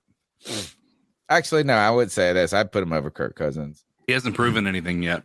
But why Bryce put him Young. over Kirk Cousins? Bryce Kirk Young. Cousins has never Bryce been Young's a top 10 disappointing. quarterback. Boom, right away. If Carolina had a quarterback that put up Kirk Cousins numbers every year, we'd be happy with it. You know why? Because we haven't done that in years. If he throws, say he threw 4,000 yards next year, Who we talking and about? he Kurt? Bryce Young. Bryce Young. Okay. I mean, we're leaving one really big name off of this list. Who we Christian missing? McCaffrey. Like you see Oh, what he that's- did in the playoffs. 4,000 yards, 25 touchdowns, 12 interceptions. I think Bryce Young right here is already on this list. What's this pickup here? What were Dak Prescott's numbers last year, Greg? Look those up. I'll look it up. They're not great because I He know was he hurt. led the league in interceptions. Okay, how and he about missed like 6 games. Kirk Cousins numbers last year? All right, hang on. Let me pull it up. All right, and then we'll go. They go were in ahead. the playoffs. Let's see You what want me to Kirk show it? Cousins' numbers were. Now let's pull up their top 10 rank. I kind of want to see. Yeah, let's pull up their top 10. Kirk Cousins last year was 68%. We almost have the list completion. verbatim. He was 68% completion. Why did So- oh, sorry. Wrong stat. They have their top 10 is Patrick Mahomes, Joe Burrow, Jalen Hurts, Josh Allen, Justin Herbert, Trevor Lawrence, That's Lamar exactly- Jackson, Aaron Rodgers. That's our list. They have Kirk Cousins, number 9. They have Dak Prescott, 10. Jared Goff, 11. Tua Tagovailoa, 12. Deshaun Watson, I told you I wouldn't put him 13. top 10. Lamar, Aaron, Cousins. Baker's 28. What were Cousins' numbers last year? Cousins had 4,547 yards, 65% completion, 29 touchdowns, 14 interceptions. How about this? Look, I think if Bryce Young has, just say he had 4,200 yards and that same touchdown to interception ratio, he 2 to 1. automatically 2 to 1. becomes a guy that you're talking about all the names above those people, like behind, right? Like, so is like you're looking at that 10, 11, 12 spot. He could get ahead of Deshaun Watson and Dak Prescott immediately this year. Rookie Dude, how year. about look at this? So they have Bryce Young and the Panthers at number 23. They have him ahead of Ryan Tannehill, Kenny Pickett, Russell Wilson, Jordan Love, Baker Mayfield, Anthony Richardson, Sam Howell, and Desmond Ridder. So the CJ fact Stroud. that right now, dude, could you imagine? Like, he hasn't played a snap of football, but he's ranked ahead of Russell Wilson. Like, dude, his season last year is such an anomaly. Like, I don't think we've ever seen such a big name quarterback just completely fall off a cliff. Like Sure, we have Russell Wilson. Peyton Manning, 2015. He just had a defense. Yeah, but then he was old. Everybody knew that he was out of his Who prime. are you talking about? He still Who fell off a cliff, and his defense carried to a championship. Russell Wilson. Oh, I know. Bryce Young is Russell my Wilson's fantasy all the way quarterback at last 20. year. Bryce Young man. is rated ahead of Russell Wilson. He was my fantasy quarterback. I was like, oh, he's going to be We'll great see in this Denver. year. Look, if Russell Wilson's bad this year, it's over. I could see how it was just bad. It's not going to be that as bad as it was last year. I could see that, but the question is is his arm dead? His arm might be dead. Remember how it was sometimes watching Cam when the shoulder was bad, and it was like it looked like he was throwing like he was trying to hurl it to the moon, and it was only like 12 yards. On one of those podcast nights, you said it was like a invasion of the body snatchers. it was like just a lesser talented human being snatched the body of Cam Newton and just caused his talent to fall off of a cliff. That is what it was like. But dude, Russell Wilson doesn't even have that excuse. Like, he's not injured. He's still technically in his prime. He's not that old. No. Aaron Rodgers is a lot older than him. A lot of players have been older than him and played better than he did last year. So the fact that the first pick in the draft is rated above a dude who won a Super Bowl and who's been a top 5 NFL quarterback for the past 5 years, that's insane. But that says more for that player than it does for the for Russell Wilson than it does for Bryce Young, to be truly honest with you. We expected Bryce Young to come in and be a great quarterback. Russell Wilson, I think, based on the last 3 games of last year, because he had a few good games towards the end of the year, I think that I have, because of what he's done, I'm going to give him another shot to be a decent quarterback. I'm not giving up on him yet, but he has one more year. I have if he has another year like last year on this list. I've got a massive problem with a name or two on this list. Right? Is it number 19? Matt Jones, number 14. No, that was number 15. Yes, number 15 is bullshit. Brock Purdy is not allowed to be. But he did great on the S2 test. He has his arm. He had Tommy John surgery like yesterday. He can't even pick up a football right now. John surgery? And it's the surgery. When you get back, it's not. And I don't know if he had Tommy John, but I think Tommy John they can do now where your arm is stronger for baseball players, like then when you before you hurt it, they tune it up. Yeah, exactly. So I'm not saying the injury alone, but he is coming off of a significant injury. So you're talking partly about future success and future potential and past, and we have such a small sample set. It's not a small sample set. He played half of the last season, went undefeated in the regular season, and lost in the championship game because he got injured in the first drive. That's not a small sample size. The guy played. Oh, he lost. He played who knows? The Jets still could have won no matter what. I'm saying he played well. They may have. I think this isn't that a little disrespectful to. All right, what names did you have any problems with the names on that? Look, I think Russell Wilson is probably a little too low on this. Well, yeah. But gosh, look at that. I don't know. I think Brock Purdy's too high. I think here I would take Mac Jones and Brock Purdy and drop them down. I'd rather put up Geno Smith, Justin Fields, Matthew Stafford, Derek Carr, all up in there. Yeah, Matthew Stafford, Geno Smith. Hey, dude, say what you want. Daniel Jones had a good year last year. Actually, we need. Why is Mac Jones up there at 14? Mac Jones. Yeah, Daniel Jones is the better of the two Joneses. That's for certain. I can agree with you that I think that Brock Purdy and Mac Jones are rated too high. And like I said, the only reason I defend Purdy is because he did play well last year. Like it's inaccurate to say he didn't play well. He played really well, but I don't think he's the number 15 quarterback in the NFL. I don't think he's the standard. Number 15 right there, that's the guy. That's the standard. I don't think that's him. All right, I got a thought exercise for you guys. Let's do it. Let's take out Deshaun Watson. Mac Jones and Brock Purdy, right? So we've got empty slots at 14 and 15. And we're going to fast forward 1 year from now. next year, we're on this podcast. We're looking at the same list. I have a good feeling the top 6 is probably going to just be the same. Top 7, you could argue. Right. Let's say this is Kirk Cousins, Dak Prescott, and Jared Goff fall out. There's 5 spots available in the top 15. Mm-hmm. Who are the people that's names will be there next year? I think Bryce Young. We have an argument right away. If he has a pretty darn good, it doesn't have to be the greatest.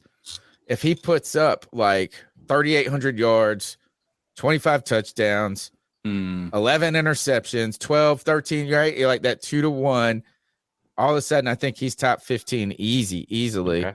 Who on the bottom half of this list? I think for me, it's Fields is another name I would see there. Who do you guys see jumping into the top 15 a year from? I think Jimmy G.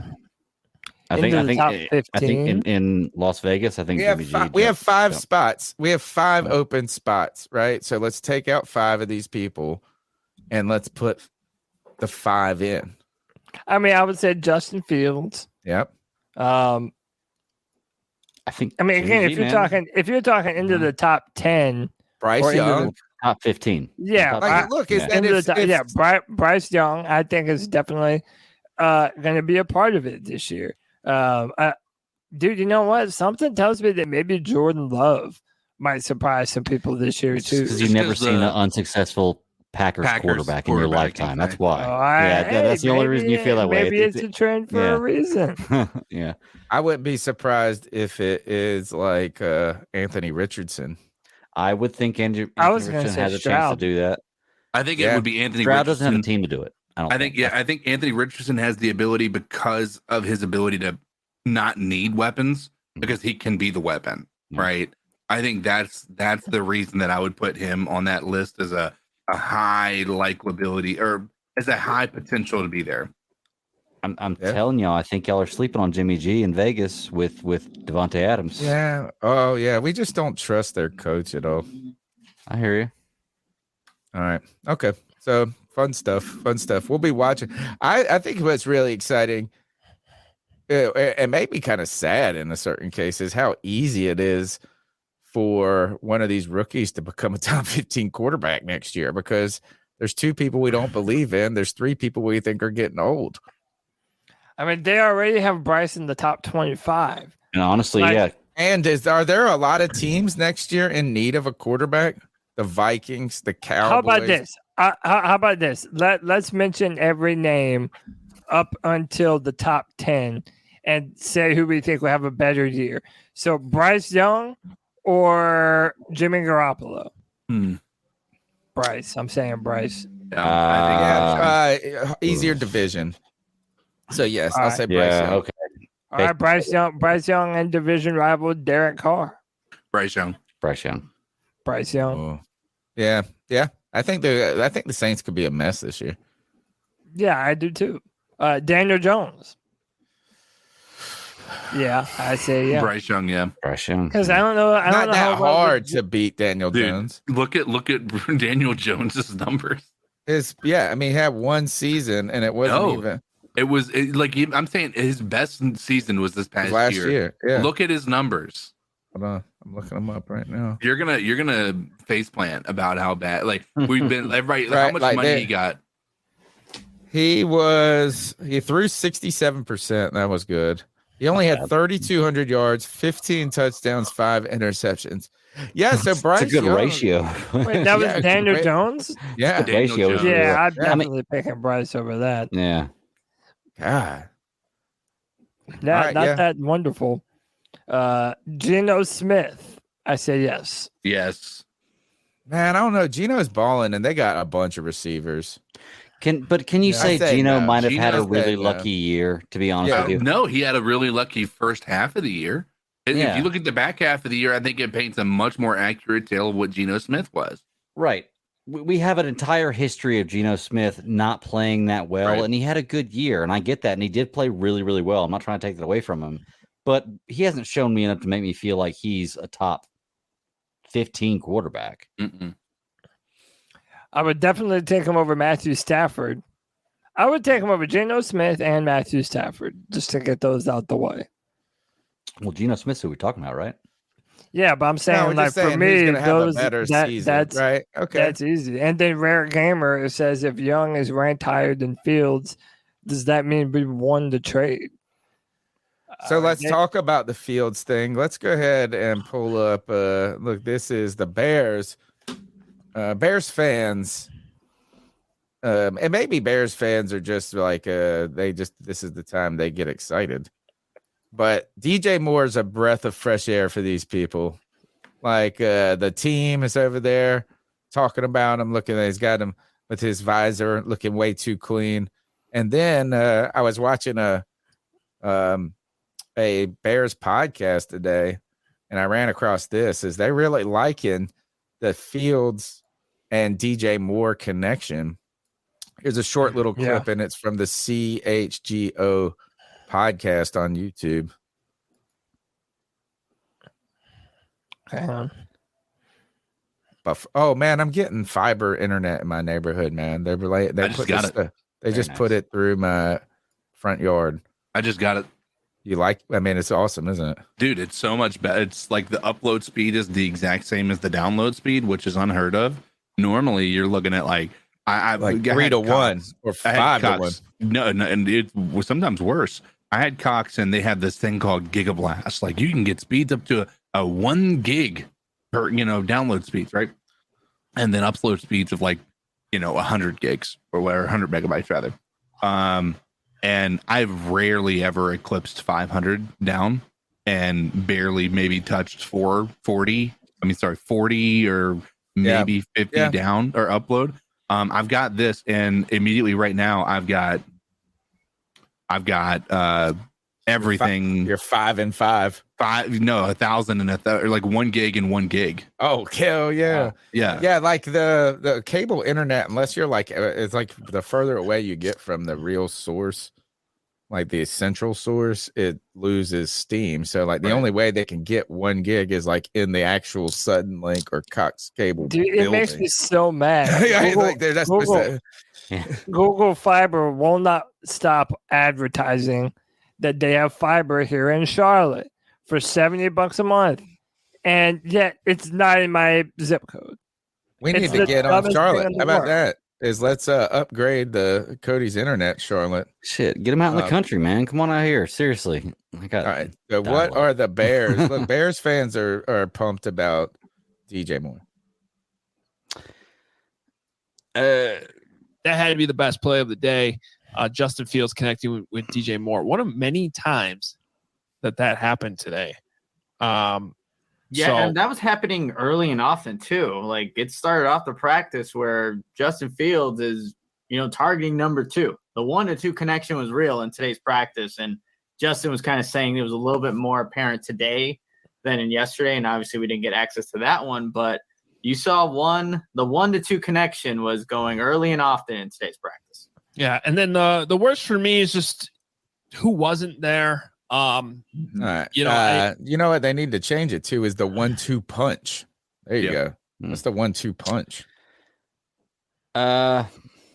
Okay. Right. Wet blanket again. I just until I see actual competition, I can't really make any judgments. Also, it looks good, awesome, but we also have to make a big asterisk here, right?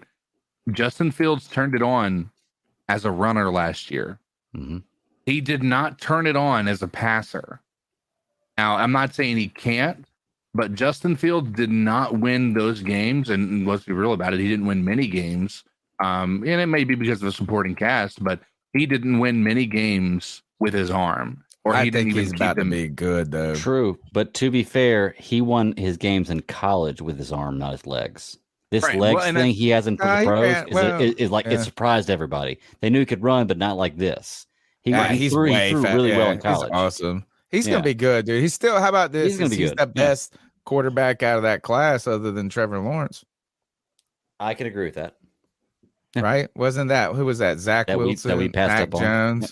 We passed up. He's like he's what they want Richardson to be. right away, right? I mean, like, look, I this know is right now it's the getting there. popular thing to do for everybody, especially now that the Bears are this newfound rivalry and they're talking lots of shit. But I've said this before. Justin Fields needed a number one wide receiver. Yeah. DJ Moore needed that consistent quarterback. I'm with Tony, man. Like, I think that those two are going to be a good combination. And inevitably, we're going to continue to talk about them because if they do have a good season, and nightmare scenario here, but if Bryce Young doesn't, then the Panthers will have had the opportunity to make that connection of Justin Fields and DJ Moore and chose not to do it. Right. Yeah, but so that's what I'm saying. Like, they're going to continue to draw comparisons to one another, and that's the reason why on the last Friday free for all, I made the comparison and was asking, who is going to have a better season, Justin Fields and DJ Moore, or Bryce Young and Jonathan Mingo? And just who has the potential to have a better connection and better numbers between the two of them next year. God, I need football to be here right now. I need to know the answer to this question. It's going to haunt me for the next 6 months. I'm just going to sit there and go ask that same exact question. So, DJ, our stories are intertwined even more, right? Is that the kind of, so many of us wanted Justin Fields that year. We took JC Horn, passed. But then the other thing is, like, would Matt Rule have ruined Justin Fields even more than he's already ruined? Would he be better than he is right now? Would Matt Rule still be the coach? Oh, I think it worked out for the best. I'm just don't want to fool no more. Do we got anything else before the cat goes? Oh yeah, we're gonna talk about this a little bit. This terrible rule that's been implemented that everyone hates. It looks like it might be the death of the kickoff, as some are saying.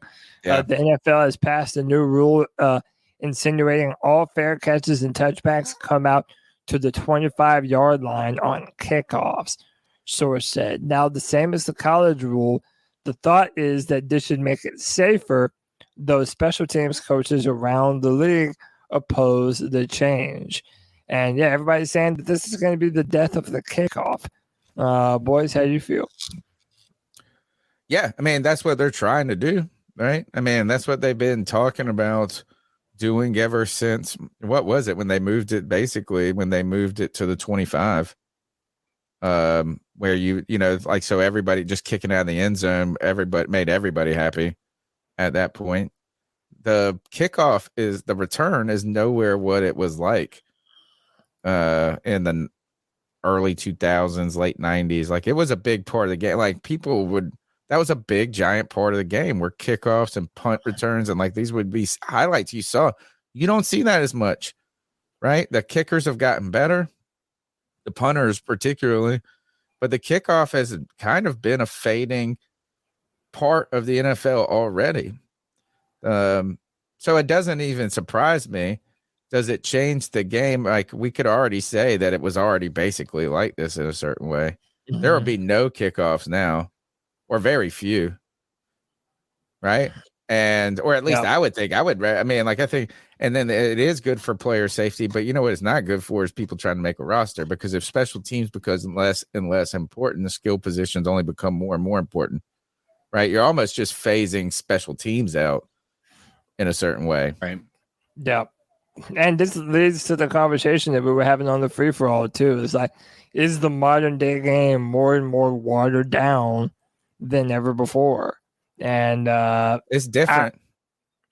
It's different. But I mean, this people seem to unanimously be against it. Like, no one is happy about it. Look, Kristen Delane says, tired of watching them water down my favorite sport. It's not the new rules. If it's not the new rules, it's the officiating. And they did, by the way, they did say this is a 1-year deal. So they're essentially, this is like a test run year.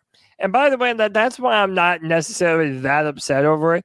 If they're willing to do these 1-year trial runs for all of these different rules that they want to implement to test them out for for a year and see if that makes or break the game in a positive way, then yeah, I'm all for it.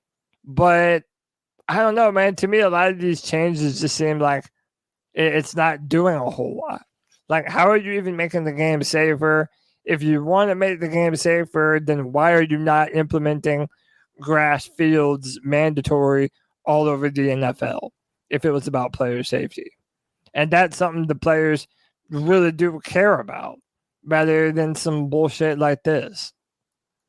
What is the XFL kickoff rule? Yeah, Kev says XFL style kickoff. Well, I don't want to. If we show it, we'll get like dinged. But we'll be in the NFL show. We'll be in the NFL show a clip. Yeah. I don't know. Yeah. Let's see here. We'll do a little research real quick. Right here, I got it. Yeah, I mean, I don't know. Dude, like I told you before. This name of the story is how the XFL 2023 rule book is different from the NFL and college football. What you need to know. Point after touchdowns. No. Why? Oh, of course, as fumbles. This is everything. They don't just have the kick. Oh, what about kickoffs? In an attempt to encourage more returns on kickoffs while maintaining player safety, only the kicker and the returner on kickoff plays will be allowed to move until the ball is caught or after the ball has been on the ground for at least 3 seconds. This will be similar to the way the kickoff was in 2020 XFL season. At the start of the kickoff, both teams will be lined up 5 yards apart. Oh, man. So they have to sit there and watch each other and wait for this punt return to catch it or this kickoff. That's interesting. I wonder what it looks like. We'll have to go and watch that, do a little. So where would you be lined up at? It says both teams are 5 yards apart. So what are they on the 45? The 45 each four? Well, no, that would be, yeah. Or that'd be 10 yards apart. Where the hell would they be? Where are they on the field then? And the kick goes from way back. Yeah, and then some people were saying like one team would be like they're only going to be like 5 or 10 yards away from each other. So you're eliminating all the big time collisions on downs like that. It just seems dumb. I don't know. I don't hate it because again, if you're doing it for a year, I don't know. To me, it's just hypocritical when you say you're doing it in the name of safety. And well, they're trying to limit concussions like we're talking about. Oh. Yeah, I know, but if you guys, you sound like such a cryy Panther fan, but they won't have grass fields. Well, no, that's a big thing. The NFL Players Association is but one costs $1 bazillion to upkeep. One is just changing the. But these owners have the wherewithal to do it. And if you want your NFL seasons to be played by first stringers instead of a bunch of backups that no one gives a damn about. You know, I was watching Von Miller on Pat McAfee this morning, and he made a good point. He was talking about how the World Cup, it's going to be in Los Angeles in another year or two. Right. And all of those soccer players, they do not play on turf. Like all of those different soccer remember they brought temporary grass on turf. Right, so temporary grass to Bank of America. So all of the things that they say is too expensive for the owners to do, they're going to do for a bunch of soccer players, but they're not going to do it for the best athletes in the world already on the team that you own. It's like, come on, dude. It's the dumbest shit in the world. All right. The number's 252-228-5098. Smash the thumbs up button. Be a part of the show. Consider being a C3 super fan, supporting us as we go forward. We got a lot of cool things coming in the 2023 season. Just waiting for this football thing to get here and training camp on the way. What, we got a couple of days of OTAs, and then we're going to have like a month and a half of nothing. Nothing. So you think tonight's show is tough. We're going to have a better show in a month and a half. Let's go into the cat calls. Let's get these fans' thoughts on the rules, on Bryce Young making the top 15, even being a top 10 quarterback, DJ Moore in Chicago. Let's hit these guys. So what are your thoughts on catcalling? Yeah, it's pretty You shouldn't do that to somebody. And how did that make you feel? Very uncomfortable. So how do you think catcalling makes the person feel? It feels good, like. Who's that cat sitting in the back corner with his face buried in his nose? Who's that kid that can use one? Podcast brothers, how y'all doing? G Cavassier. I haven't called in a while. I'm sorry, but we all got personal things to do. Hey, It's man, all good, G. I got my Bryce Young jersey. That Yeah, shit right. came in the mail yesterday, and hey, I tried it on a couple minutes ago. So I got my Bryce Young jersey. And speaking of Bryce Young, I watched his press conference. And Cody, you are so right. This dude said, I don't know how many times. We gotta talk man. about this, dude. And I agree with you, Cody. Somebody needs to tell him, quit saying so much. Look at me. I just said it. I know, right? I was But doing it too, that man. reminds me of when we had Roman Harper. If you can remember, man, he used to always say at the end of the day, I couldn't stand when people say that crap. At the end of the day, Bryce Young has a lot, by the way. we're the Panthers. At the end of the day, we're still men. At the end of the day, okay, man, I get it. Please stop saying at the end of the day. What about right now? But Before the day OTAs is have over? started and everything, and Bryce with the reports are saying he's looking pretty good. But I just heard something, man, online. They saying that Hayden Hurst wasn't there yesterday. I don't know. He was held out. I don't know if he's injured or I don't know. You guys know anything about that? Please, please let it be known. That's all we got to say, man. We got the Falcons the first game, and they're saying we're gonna get our asses kicked by the Falcons. The Falcons beefed up their daggone defense. We'll see. So give me your thoughts on that, y'all. Keep pounding. Keep pounding. So, are you boys not aware of this? That this trend for the Bryce Young. It's actually kind of funny. I'm not. If you listen, comments floating around and some different things. If you listen to Bryce Young's press conference, literally every 2 or 3 words, and you know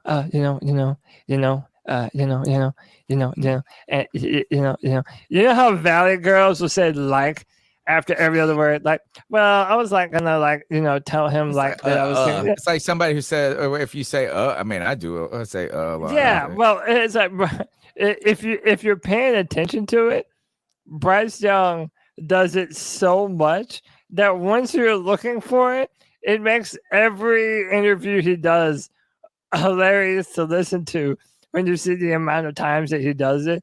And one of the things that I was pointing out is he doesn't even know that he's doing it. You know what I mean? He's just talking. I mean, everybody who right. Any of us who do these verbal, I used to say when I was probably my wife used to make fun of me for saying, you know what I'm saying?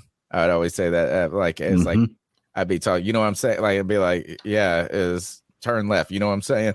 You know what I'm saying? Like that at the end, and you don't even know you're doing it. It is the like is you know what you know, and think about how much I love how critical we are too, and how much talking they got to do. Remind me, but then I got thrown into this. What do I say all the time? Right. Oh, I say so all the time. Like when I finish, I'm like, so. People in the like, comments have been talking, Greg. Not people. One person said this, and it was, "Is this?" That's what he said. I think it was. Yeah, because so look, this what is do I always say? I don't even know it. Look, I'll pull up the comment that you shared to the.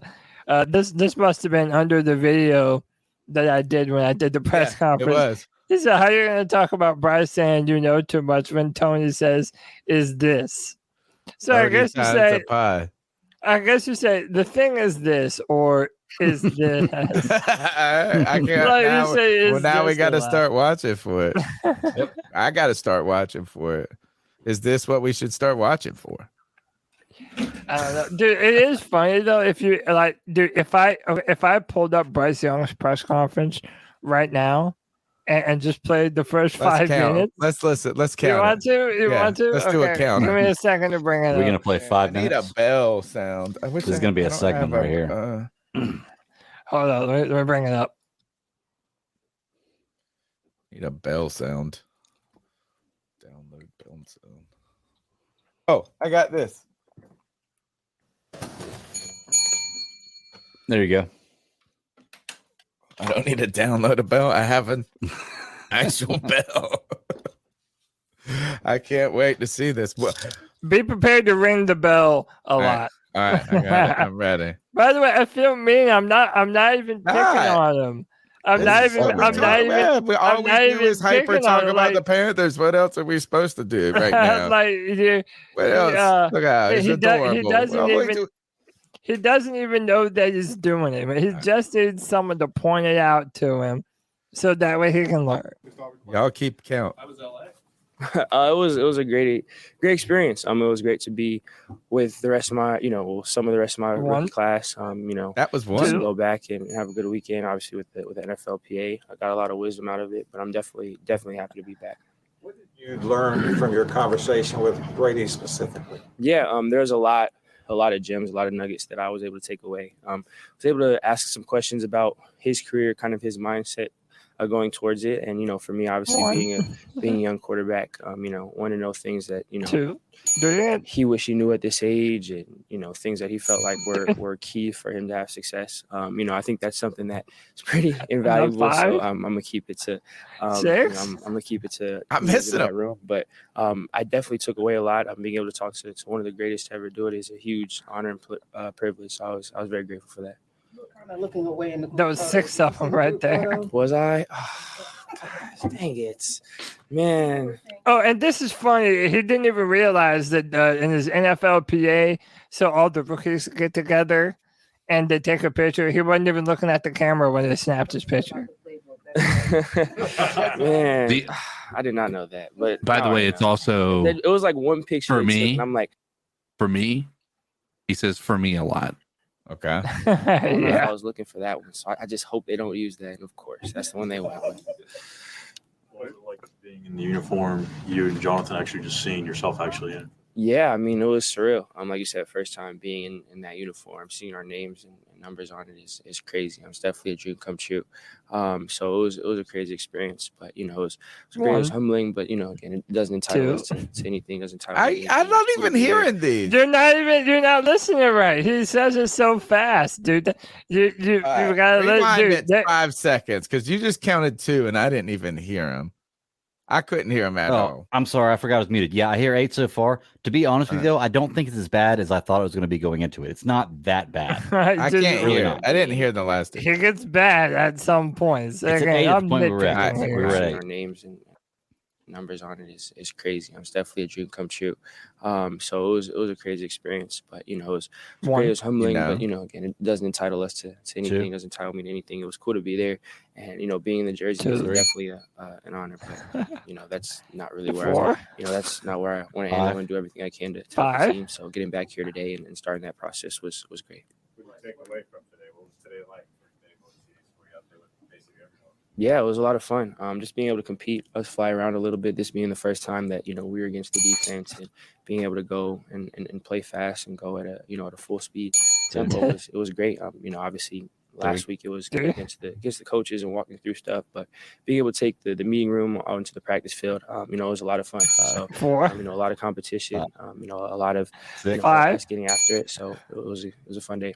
I'm at 6. Picking up from so far, and what has he kind of told you about adjusting to the NFL? Yeah, I'm in there trying to pick Andy's brain as much as I can.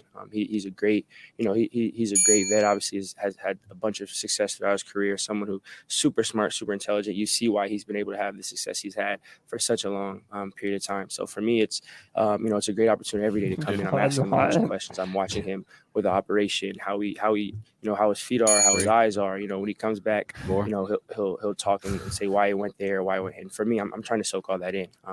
And really how he carries himself, how he conducts himself, the pre-snap operation, all that stuff is stuff he's been doing for years and years on the league, and it shows.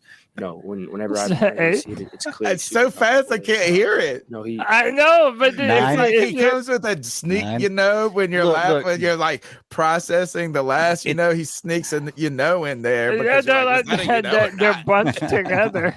I don't They think it come in sounds bad though. bunches. To be honest with you, he doesn't sound like he's speaking bad. Or speaking bad. I think it's. Speaking, We've got people saying Cameron Green says t-shirts. a drinking game would be deadly. It would be.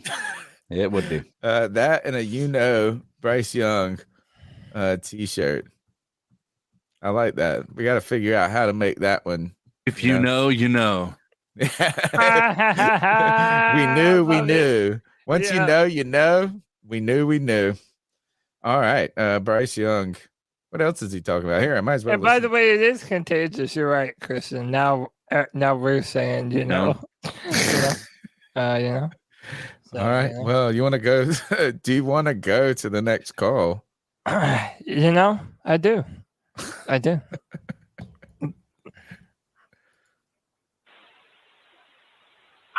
Yes. This is Antoine from Stockburg, and I think one of the best running backs in the past 15 years. They had like 2 or 3 seasons. My man in Kansas City, Mr. Priest Holmes. Thank you. right. Have a nice day. Man, nice calling in. When did we do? Was that Friday free for all? Yeah, that was on a Friday free for all. We were talking about the best running back that you've ever seen with your eyes. Oh yeah, Priest Holmes for him. Yeah. He was great for a little bit, and then Larry Johnson had a couple seasons. Yeah, shout out to Antoine, man. Thank you for the call. All right, let's go to the next call. Good evening, C3 family. This is Cody. My question tonight is, what starter do you see that can lose snaps or potentially their job to either a rookie or a younger player? Love y'all, boys. Thank you for what you do. Appreciate you, Colby. I said mine earlier. I said CJ Henderson. I agree. I think CJ Henderson isn't in a position, and especially again, I'll continue to say this name, Rajon Wright. He's an undrafted free agent, tall, fast, long, plays well in man. We're talking any position on the team. Can I tell you your least favorite answer to this, Cody? Go ahead. Brady. I know what you're gonna say. Ooh. What? Oh no! Oh, you're going somewhere else. For that. You're foul for that. How dare you, sir? Can I ask? Is wide receiver in that realm? Because if you drafted Mingo and Mingo's beats what was said wide receiver, you have TMJ Chenault. Chenault. There you go. Maybe. I think it's that DJ Johnson kid, maybe, and Yetur Gross-Matos or Yetur, man. Maybe he has. I'm not done with him yet. I mean, he has. How will he fit into this system? But you got to be watching that. Somebody got on me, got on me. Somebody brought this up, and I wanted to actually. So this is a good way to segue to this. One of the comments on one of the YouTube videos was, "You guys got to stop calling Brian Burns a defensive end. He's not a defensive end. In the 3-4 system, he's an outside linebacker." I was wondering about that. What do you think about that? Do we have to, is that just how it's written on a piece of paper? Is his life going to be any different? I mean, yeah, schematically, there will be some differences of him standing up rather than hands in the dirt, right? But we've played a lot of 3-3-5. We've played a lot of these. He's not a different player though, right? No. So is there really a difference? I know there is, because and clearly on a technical level, when you're a defensive end in a 3-4, you're on the end, but you're more like a fast interior lineman, right? You're more like a D lineman than you are a defensive end, though, in so many ways. But what do you guys think is Brian Burns? How much is going to be different for him in this new defense? I mean, did you ever think he was a defensive end? I would have called him edge then. And what has it been, an edge rusher? I'm going to go with whatever it says on his football card. Okay. Whatever position it has him at a football card on his football card, I'll go with that. What do you think about that, Cody? Is the difference more than for Brian Burns going to be more than just the the label of DN versus OLB? I mean, I don't know. I mean, his primary role for the Panthers is still going to be a pass rusher. Right. So it's like, I don't know. I mean, maybe he's going to be in less position to be setting a physical edge, but I don't know. Even then, you still have to be able to set an edge, even if you're a linebacker. So I don't know. I mean, I don't think of Von Miller not, as an outside linebacker. Yeah, but I think in my head, though, I think of him as a defensive. Yes, I know he is technically, but they do what defensive ends do in a 4-3 linebacker. Yeah, that's why linebacker is the highest paid position in the league, because they count. I thought he was a DN too. But like I know on paper it's called that. But Von Miller ain't out there running routes. He's every down trying to get to the pass rusher, to the passer. I'm saying, I guess my question is this: what is different philosophically about what they're going to do?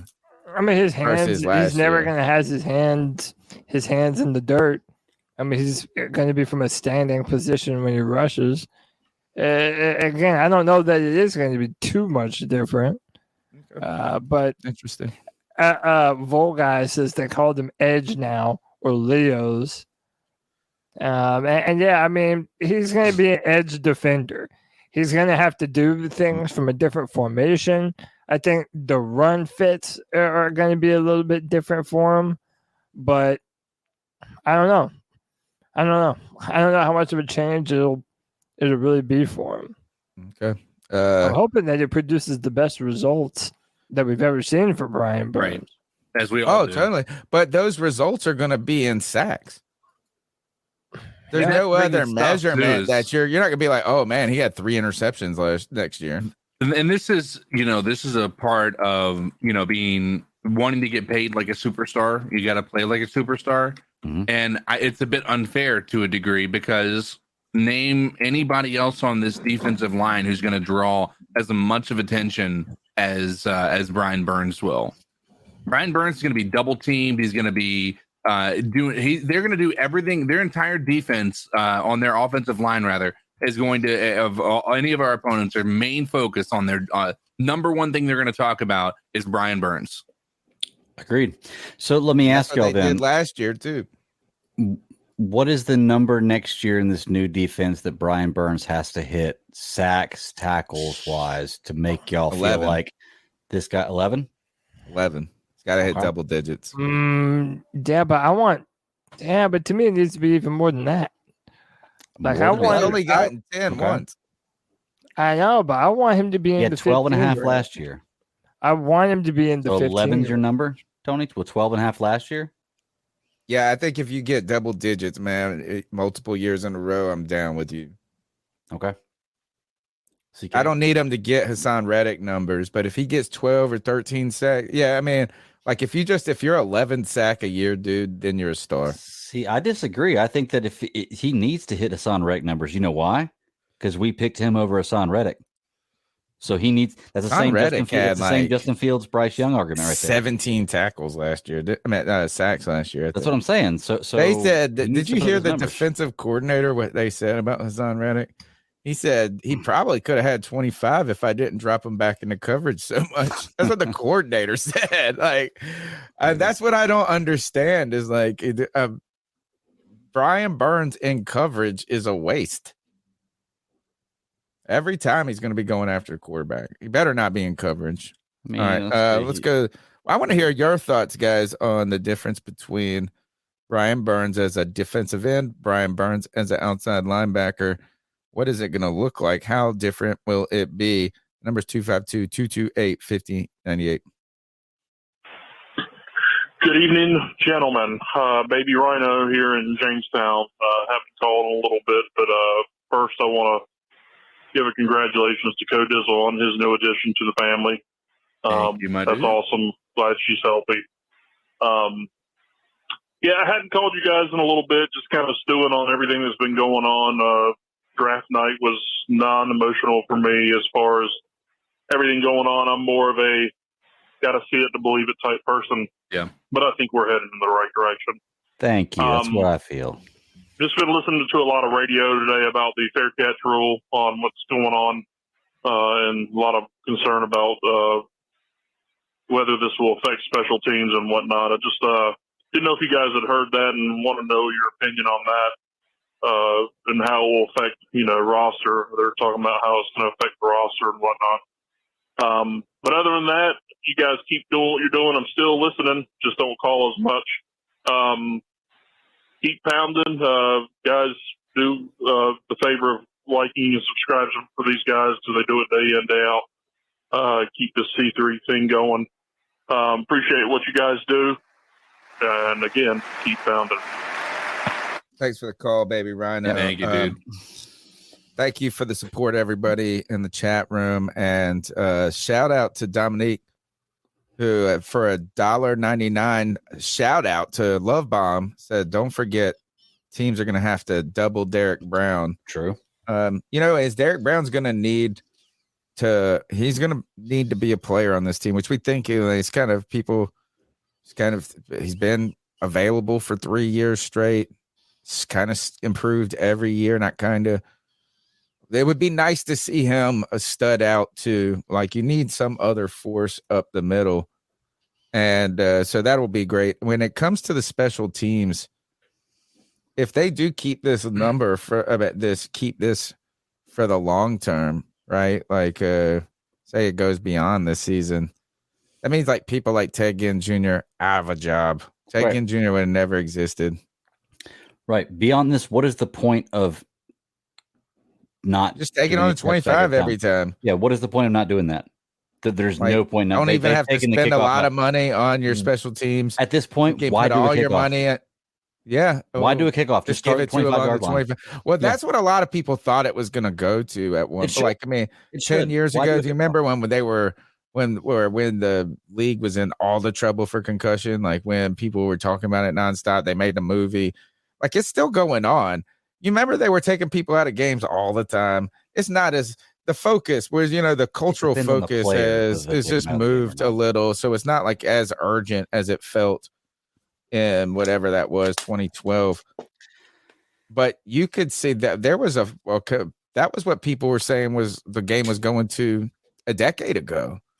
So this is an incremental step towards that. But I just think as a team, you wouldn't have to invest monetarily in a return guy. Like, it's just kind of a formality to get it done. You could do and so then it puts more money into players who are going to make a difference, right? So the 10% of your salary cost that you save by not having to pay anybody anything on special teams, you then shift that over. Hopefully, that goes to wide receivers, to the skill position. So it would diminish.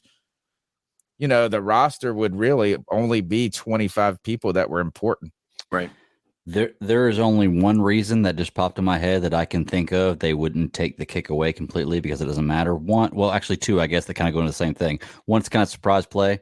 Like, I imagine everybody's going to take a touchback, but in the odd chance they don't and they do a return, it'll be something that's not normally right. Like the one, and 12 two, people will try it next week. Right. And two, if you take away that kick, then you take away the opportunity of pulling a John Casey and kicking it out of bounds on the kickoff and getting the penalty on the 4-yard line.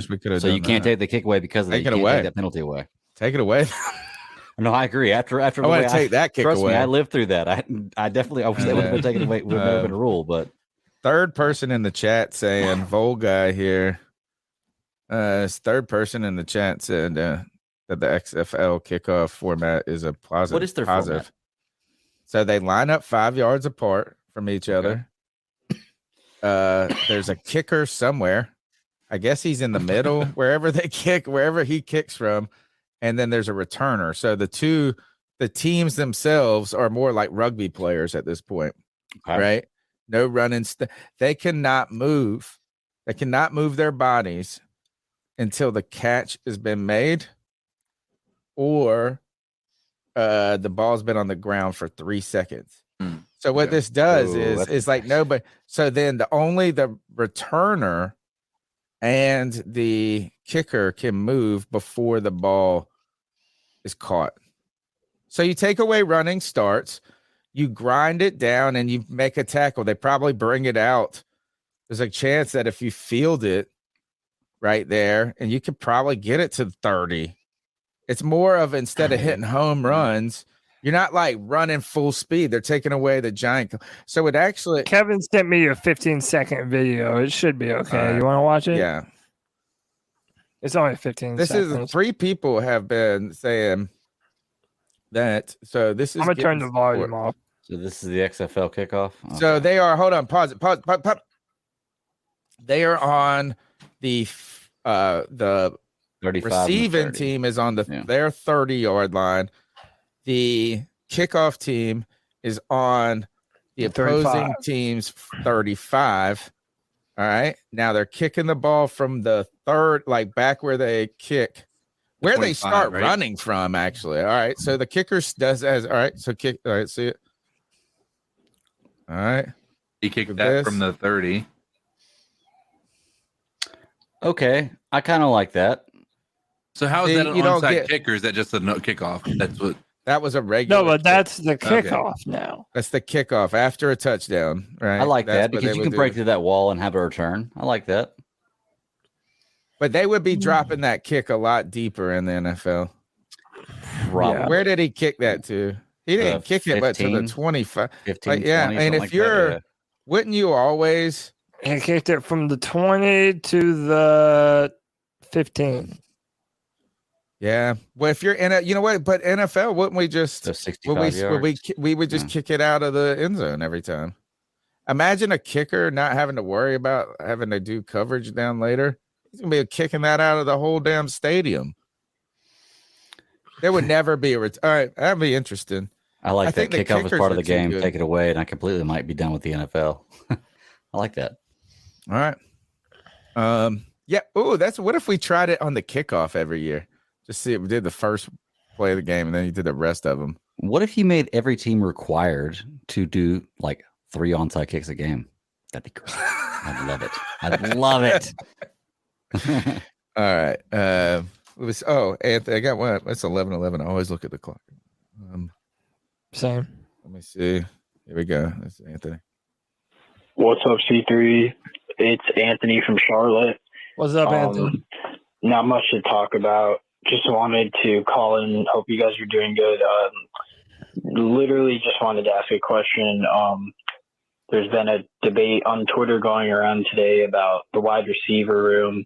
Personally, I knew that since they didn't invest that much in the wide receiver room after trading DJ Moore, I knew we were going to pick Bryce Young because that's one of his biggest selling points is spreading the ball around and finding the open man. Not needing a top-tier receiver to thrive in an offense. So I just wanted to get your guys' thoughts on what the wide receiver room is going to look like this year. Do you guys think it could be a top 15 unit overall, or do you agree it's in the bottom half? Me personally, looking at it right now, I would say it's in the bottom half and it's below average. But here's the thing. We really don't know what Terrence Marshall or Jonathan Mingo is going to be, and we'll probably not know for another 2 years at least. So that's just all I got to say. Nothing else really to talk about. It's kind of dead in the waters right now in terms of news. Bryce Young, they talk glowingly about him in OTAs. I mean, makes sense. This kid is wicked smart. I've been telling y'all this. But anyways, I'm just the messenger. Anthony from Charlotte, keep motherfucking pounding. Hell yeah. No, I'm happy that Anthony called in because I wanted to talk to you guys about this. This was a discussion on Twitter today that Panther fans are not being honest with themselves, that we have a below average wide receiver core going into the season. And I disagreed with this because you can say that we have a lot of unknowns. And yeah, that's fine. And, you know, DJ Chark has dealt with injuries before, and we don't know what Terrence Marshall Jr. is yet. We believe that he's going to be a good football player based on what he was able to do down the stretch last year. Right. But a lot of people are saying Adam Thielen's old, over the hill. Jonathan Mingo, second round pick, basically saying that that's below average. Well, I'm saying you cannot say below average when you do not know what these players are capable of when they're performing healthy at their highest level. Like, to say below average is like, based on what? Below average is what the Baltimore Ravens have been doing for the past couple of years at wide receiver, or what the Carolina Panthers did when Cam Newton was the quarterback and never just meaningfully upgrading the wide receiver position with top tier talent while we had the opportunity to do so. So no, I disagree. I don't think that our wide receiver core is below average. It's a little bit of unknown, but it's not below average. Well, and I want to touch on that too, because Anthony, I love you, man, but I got to call you out on this. When you say we didn't do much to improve the wide receiver core, we drafted a second round receiver that could have gone first and is considered to be a good receiver, Adam Thielen and DJ Chark, who are proven to be good players. I think we tremendously increased our wide receiver core. I think we addressed it very well to draft two free agents that were proven and a rookie wide receiver that's going to be really good. I mean, the only question I can ask with this is, if you say that we're below average now, and I can understand that, that's fine. Were we below average with DJ Moore? And if so, are we more below average than then? I want to wait out here. I'm going to ask it like this. Is the wide receiver group this year better than it was last year? Yes. Yes. Overall, yes. We don't have a better player than we did top end last year, but overall, we're a better wide receiver. We have more potential this year than we had last year. Like last year's, we had a pretty high, pretty mediocre ceiling. This year, our ceiling is astronomical. Agreed. Yeah, I mean, I would take this year's receiving core over last year, just because last year we were starting with Chosen Anderson. Yeah, you know what I I'll tell you mean? something too. If you're a Bryce Young fan and you think he's going to be really good, you better hope we have a good wide receiving core. Because we if we didn't don't, even then he's have not going to do nothing. Chosen last year. Yeah, we did. We did. We traded him next season to Arizona. So, all right, then that's how long ago that season feels. Yeah, right. What, 2021? What'd you say? He had oh wait, let's see. His catches in 2021 season, he had 53 catches, 519 yards, 5 touchdowns. Yep. All right. That's not that hard to replace. He's not even in the league right now, is he? Or maybe he might be. No, he went to the Dolphins. Actually. Yeah, he went to the Dolphins. So you could say this is DJ Moore here. The last time Chosen Anderson, DJ Moore, Curtis Samuel, that was 2020. Yeah. Is this room worse than that or better than that? Better. No way. You can't say better. Curtis Samuel was good that year. No, you guys cannot blow TMJ up my ass every week and then tell me and then not say right now we're not better. No, I'm sorry. We've never even seen him play. And everybody said that Curtis Samuel never is though. Like Curtis Samuel never ever lived up to whatever his potential was supposed to be. He had a good year that 2020 season. And he was good last year for he had 77 catches, 851 yards, 3 touchdowns, 41 rushes, 200 yards, 2 touchdowns. We were good that year. We had 2 1,000-yard receivers and Anderson, Moore, Samuel. That's better than our group right now. No. Okay. I disagree. It's okay on this. Yeah. Listen, here's the reason that I would say this. Number one, again, until you hear 2019. I have nothing against DJ Moore. Like, I love DJ Moore. I think he could be a great wide receiver, but I think he has a ceiling and he's hit that ceiling. I don't think DJ Moore gets much better outside of getting balls to him, right? In stride or what have you. But I don't think DJ Moore is a Justin Jefferson style player, right? Here's my argument. When you look at our team, and here's the thing, right now I'm betting on the upside of what our team's wide receiving core looks like right now. And we have Terrace Marshall Jr., who, if he can remain healthy, can have a breakout year. And you've got to keep in mind, he was the number one, like he was producing more than Justin Jefferson and Jamar Chase in that LSU offense before he got hurt, right? So we're not talking about a guy who is just a second round pick that's okay. Like, he was a good wide receiver in college, and he showed some flashes last year. And so I think he has a lot of upside. Mingo has a lot of upside. Adam Thielen is a surgeon with his route running, and DJ Chark has a tremendous upside if he can stay healthy. I think that if you look at what they, if we build the offense correctly, adding in the fact that we have Hayden Hurst and the fact that we have Miles Sanders, who's going to make sure that defense isn't just playing, is having to account for an extra receiver out of the backfield. I think that's going to make this wide receiving core head and shoulders better than anything we've seen, even in the Cam Newton's era. I think it's more to answer your question, Cody, about the below average. Right now, we probably don't have any reason to believe we are above average, right? I mean, now there are potential for us to be above average, Well, but not yet. Yeah. But I think what the real story behind this is just how historically bad the Carolina Panthers wide receiving core is. I think 2021, you could say two 1,000-yard receivers. Robbie Anderson, we thought he was about to be good for a while. DJ Moore and Curtis Samuel scoring touchdowns. I mean, if you go back to 2018, the 2019 was worse. It was Jarris Wright, it was DJ Moore, and one other person who was Curtis Samuel, I think. This is 2018. Devin Funchess, DJ Moore was a rookie, and Curtis Samuel. That's not even that hard to beat. What I'm saying is I don't know if the Panthers wide receiver group is below average, but I know for the last decade or forever it's been below average. It's not hard to beat right now.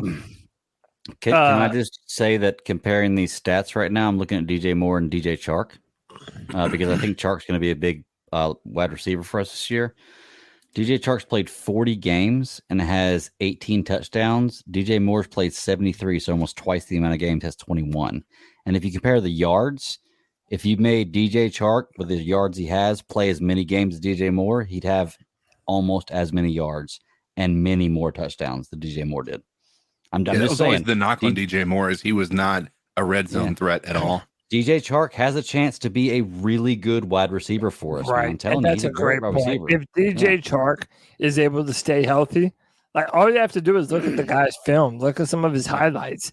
The dude can take the top off of a defense. He can pinpoint the football in the air. He can high point it, go up, bring the football down. He is, he's a beast. If he can stay healthy, him paired with Terrace Marshall Jr. and Jonathan Mingo, like, we have some real big-bodied, strong burners that can really do some damage for us this year. That's why I have a problem. Right. Then you add in Chenault. I really have a problem with saying below average. I mean, again, everyone has to go out there and prove it. Like I've said before, it's going to be prove-it season once more. But, yeah, I mean, I think we have the potential to be a very dynamic, maybe one of the most dynamic receiving cores in recent history for the Panthers. Anthony Piccarello with the $5 is what I meant was we didn't go out and get a top end number one wide receiver because Bryce has proven to be good with okay guys. We have potential in Mingo, Terrace Marshall Jr. However, it's untapped potential. Okay. I don't think we have. What do you mean we didn't go? Who was out there to go get? DeAndre. You could have got DeAndre. Yeah. Which, by the way, theoretically, they still could. But honestly, isn't that the only person out there you could have gotten that was like a number one solid? We got this guy to go with our number still one. Do it, yeah. I don't think there was a person on the market. Odell, no, coming Odell's off not an that guy injury, anymore. right? We're just coming off an injury. I mean, I don't even know if it's that easy to say. In fact, we kind of did. We went and got a wide receiver in the second round. It's probably as aggressive as you could get without trading up to get a guy that a lot of people didn't. Here to pivot a little bit though on or related. Friday, April 21st, this was the trivia question. What wide receiver recovered an onside kick with 149 remaining to seal Carolina's 2013 win over the Washington in week 2016 of 2020? Wow, what a loaded question, because I want to bring this up. This win prevented us from getting Justin Herbert. Oh, that was that was when. Read the question again.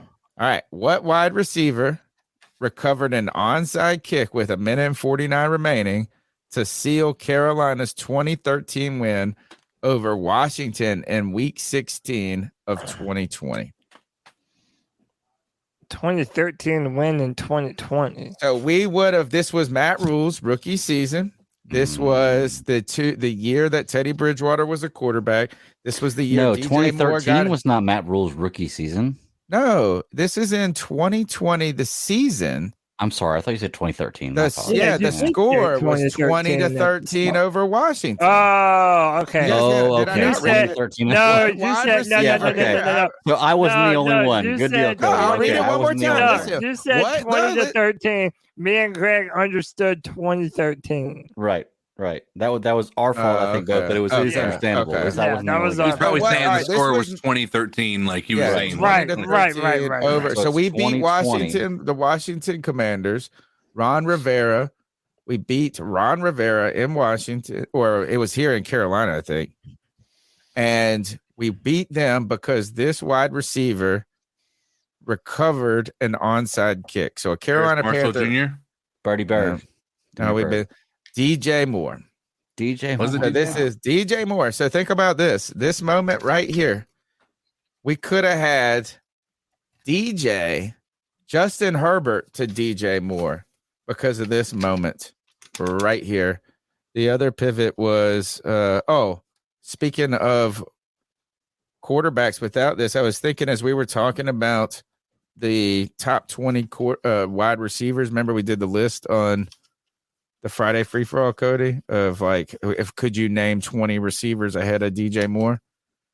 Guess who one team that didn't have a receiver on that list that I think is also related to our story?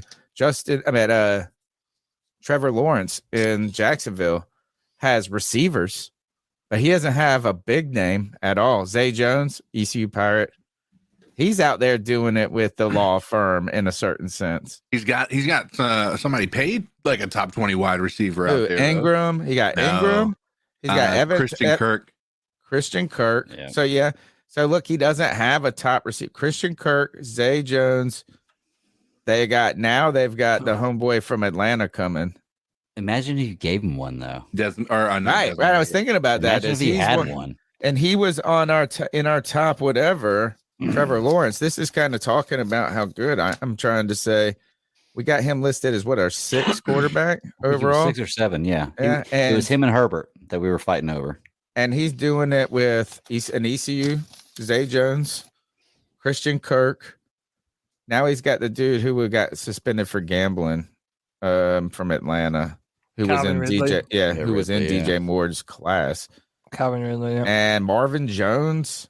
He got Evan Ingram. Kudos to Trevor Lawrence getting it done down there. Doug Peterson. All right. That's all the calls. Let's get into the news. As Cody pulls up the bumper, this fun fact for you.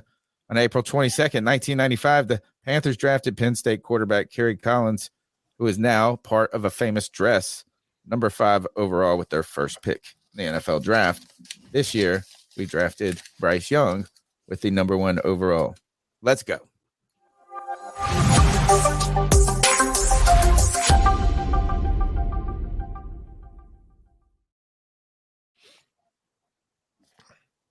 All right. In the news right now, we've talked about this. So we talked about this is more of the kick. What else we got up there? This was from last week. I must not have deleted that one. Go one more. No, we did that one. Here we go.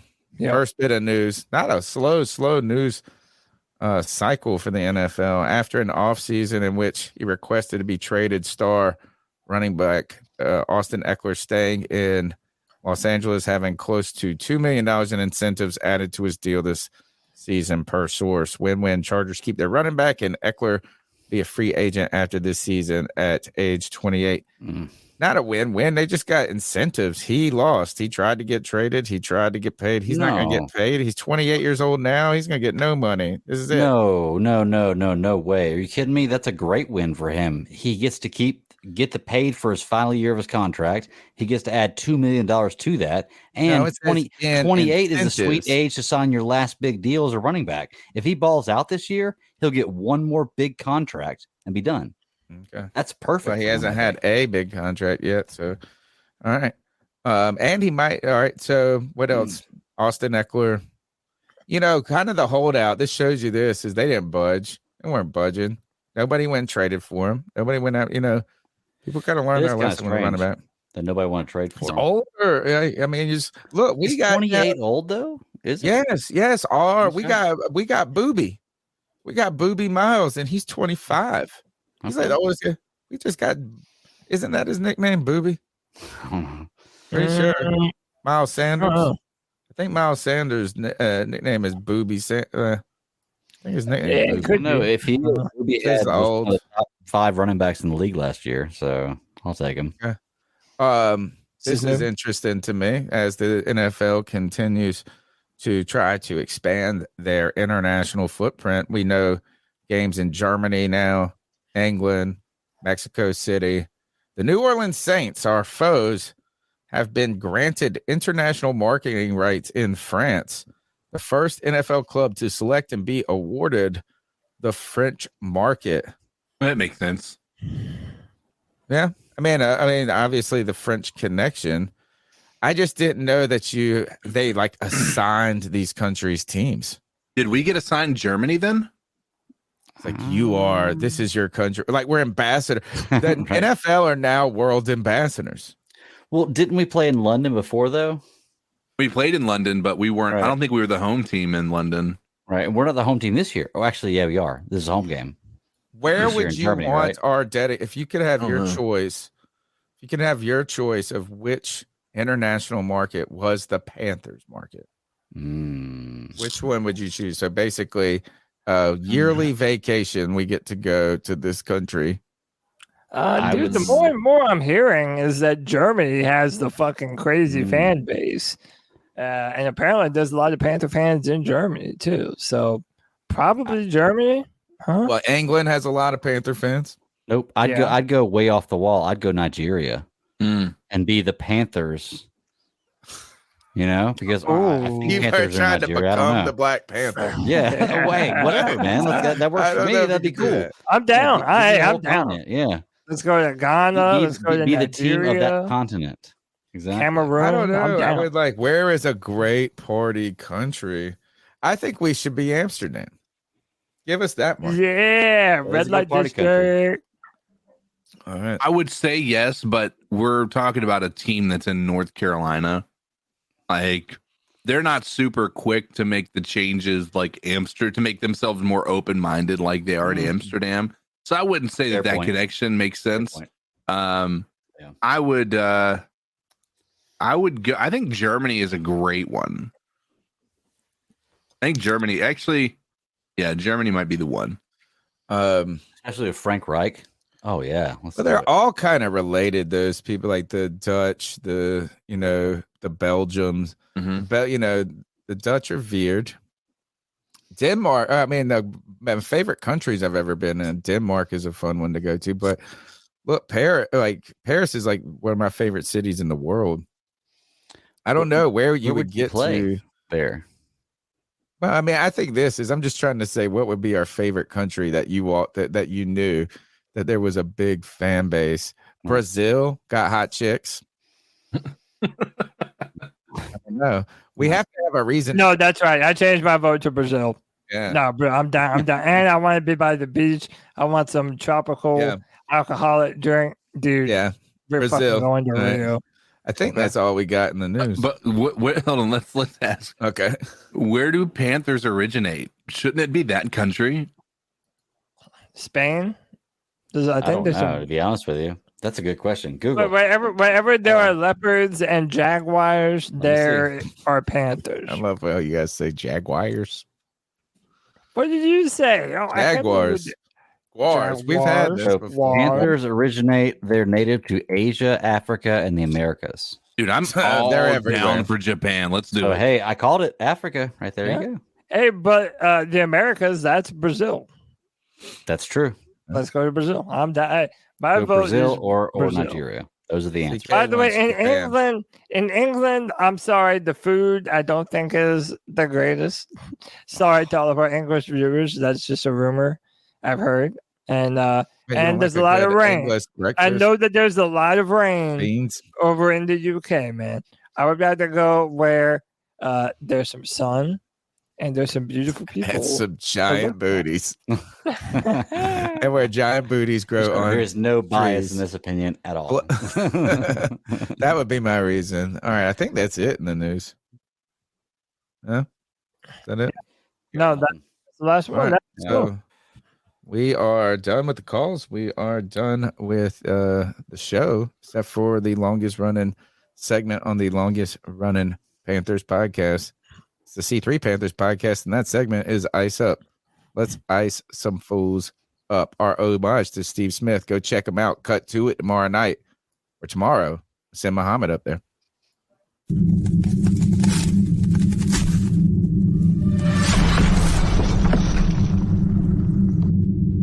Ice up, son. Ice up.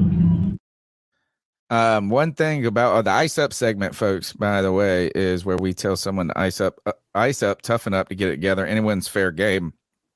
You get a call out. We're going to have a little fun on this topic. Somebody said this is when we were in Nigeria, be swatting flies. You know, the one cool thing, if Nigeria was our market, do we get those cool? The only thing I like about soccer is those cool, crazy horns they got.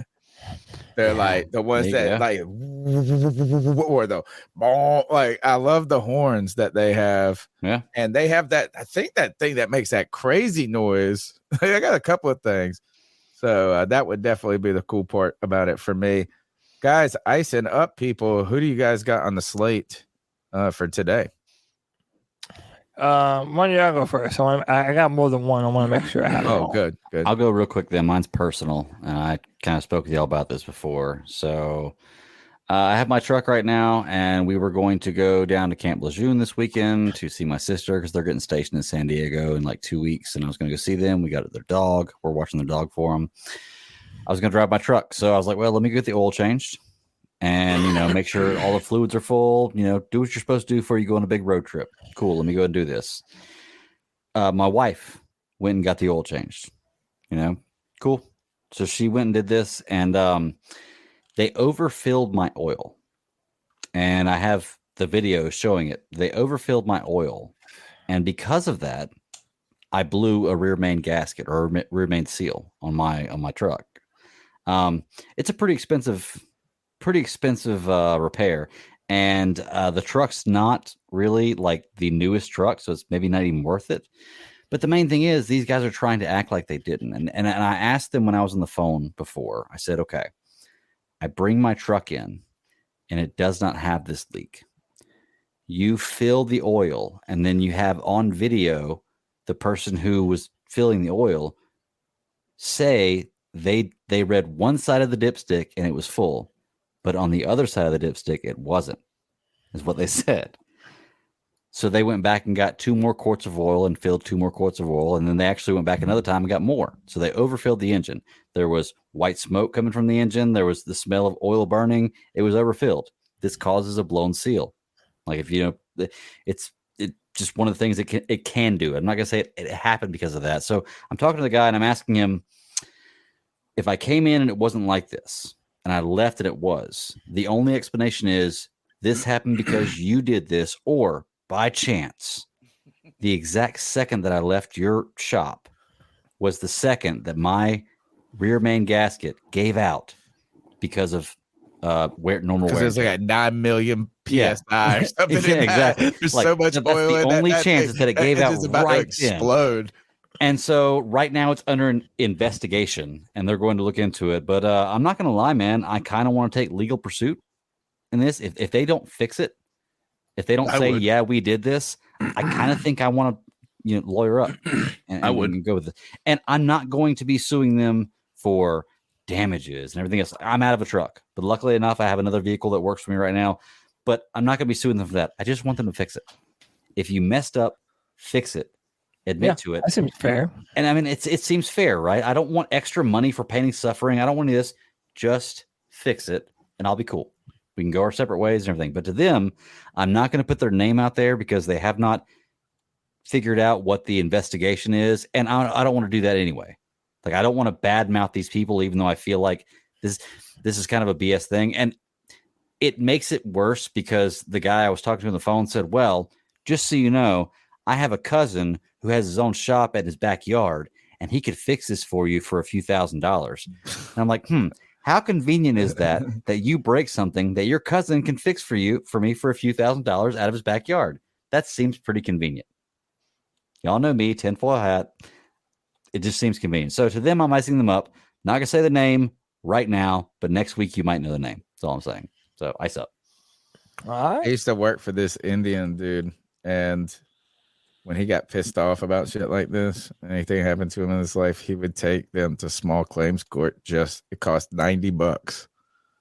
And he said this, I'm just going to take them to small claims court just to fuck their day up. Like, I don't even expect to get any money out of this. I'm going to pay $90 to get. I might do that too. To be honest with you, yeah. I might do that too. Yeah. And then you always just sue them for right under whatever the amount of money is under. I lost. All right, fuck y'all. All right, ice up to them. CK, you got anything? Yeah, I mean, I'm just gonna ice up, myself. And this is maybe just if there's one thing I've learned in life is you can plan as much as you want in life. And, no matter what your beliefs are, if you're a believer in a higher power, they're going to laugh at you and they're going to make, your plans rarely work, right? What do they say? You plan, God laughs. And so it's not necessarily plans, but, that I'm talking about today. But the hope was after my son was born, he was a great sleeper, like fantastic sleeper. Got so much sleep, more than I thought we were going to get. It was just a great experience, and at least from my perspective, my wife has a much different experience with Blake. But so we just had our baby girl. She's 4 weeks old, right? I go back to work tomorrow. And she will not sleep on her own. She does not sleep unless she's being held. We've tried for hours. She'd start to drowse, start to get a little drowsy, lay her down. Nope, that didn't work. She just starts crying, and it's the world that I live in formula? right now. Are you guys formula or are you breastfeeding? And I think that's contributing. I think there's a sense of like warmth and that she ends up that's a comforting piece to that. So I'm just icing myself up for expecting that because my first child was good, my baby my next child is going to be just as good. And it's not, I should have known that I got lucky and that it was probably going to swing the opposite direction. Tim Estes does not like the swing. Does not like, here's how crazy this They now have is. them crazy egg swings that can do all types of crap too. She doesn't, I know. She doesn't like the swaddle. She doesn't like a pacifier. She doesn't like the swing. She doesn't like anything that you would think babies would want. The only thing that soothes her is being held. And that is problematic for our sleeping habits. We got a little bit better last night. She did pretty good. She slept on her own for about 4 hours, which was fantastic. How many weeks are we out now? It's 4 weeks. Thursday will be her 4-week birthday. That's crazy. I know. Yeah, man. And this is the tough time. I remember I was, I don't know if it was my first or my second kid. It might have been my second, where I was like a little bit more relaxed. Yeah, it was. It was Madeline. And we were in the hospital. You're hanging out. You have to be there for 30 hours, all this time. And the sign, they had this like poster on the wall in the room. And it was like the purple rule or some shit. I think it was something like code purple. And it was like, there's going to be moments potentially with this kid that you want to put a pillow on its face. And then like the poster basically said this, and it was just like, walk away. Like it was like, just shut the door and let the kids like it was like, because you and I remember looking at that poster going like, that's kind of whack that you have to put that on a poster. But also like you get people get postpartum depression, you know, and things like that, because it's like this is miserable as shit. They also talk about doing so there's a comedian Nate Bargatze who talks about this. He says, you know, before we had our baby, you know, they said the number one thing, don't shake your baby. Don't shake your baby. Like that's the number one thing. You're gonna get your baby and you're gonna want to shake your baby. Do not shake your baby.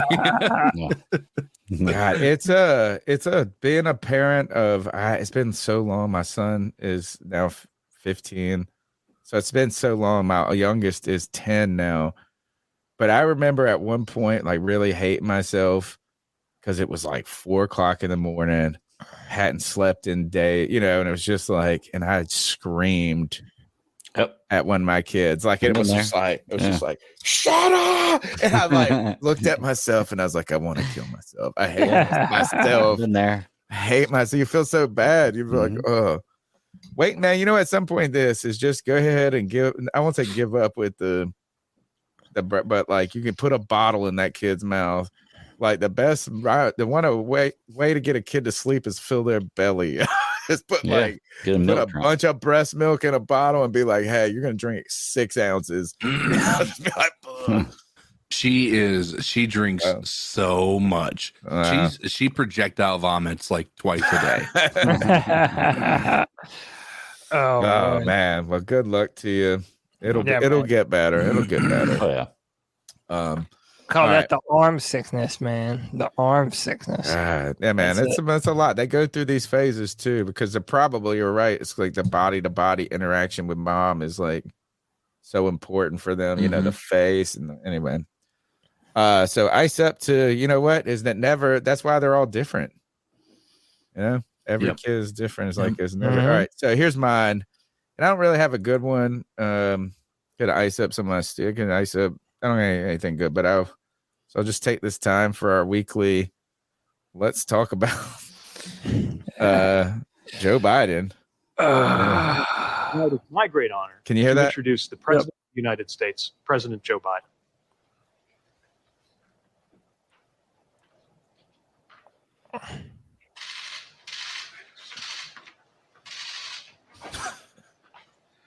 Thank you, Secretary Buttigieg.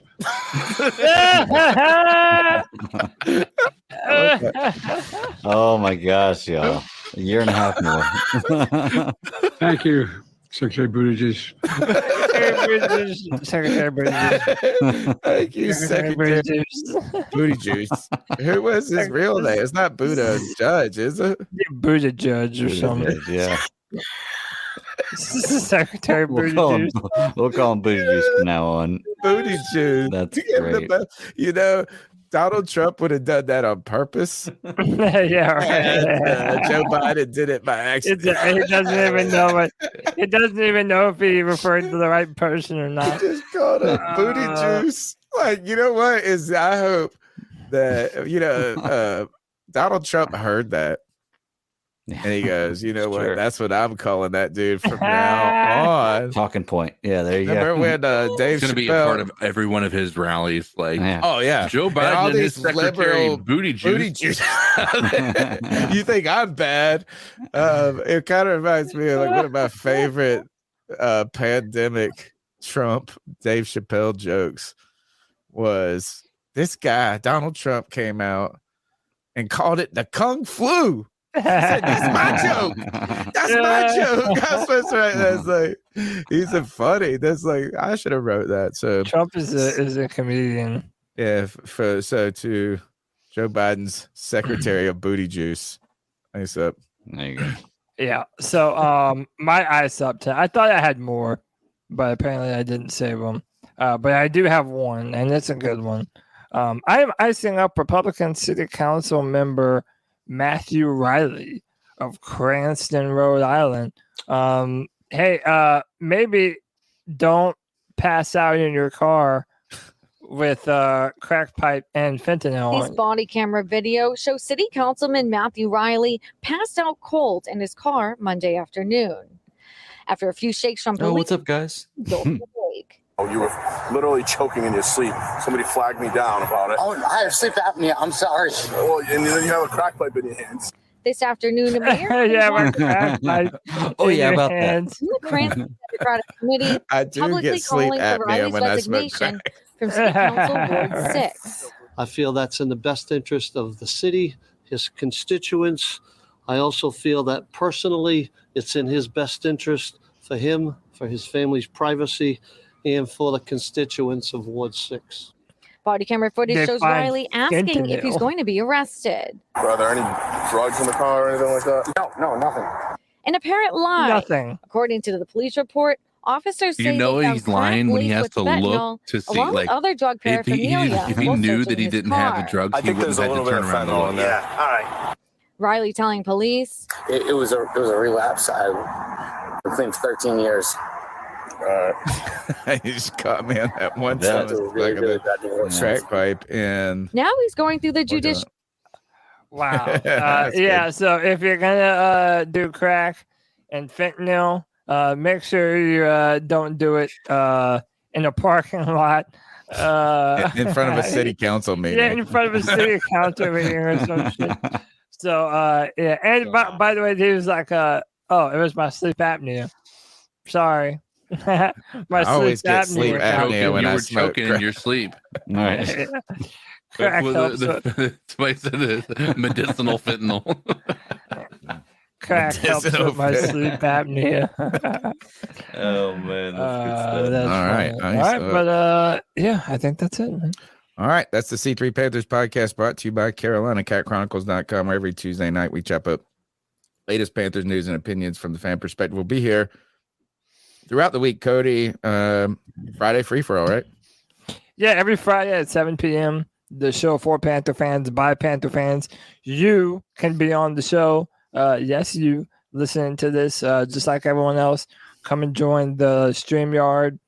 We have a bunch of different personalities that love to come and chop up Panther football. And Tony, you were there, man. It gets spirited up on those Friday shows, man. So come hang out with us every Friday at 7 p.m. for the Friday free for all. And every Monday at 10:30, me, Desmond Johnson from Believe in Panthers, and Monty Fahey from the Four Man Rush. We do Embrace Debate every Monday at 10:30. You can find it here on the C3 Panthers podcast YouTube channel, Tobacco Sports Road Radio, and you can go on Megaphone, listen to the audio podcast there. And yeah, that's it for the boy. Find me on Twitter at Cody Lack, CODYLAC. Greg?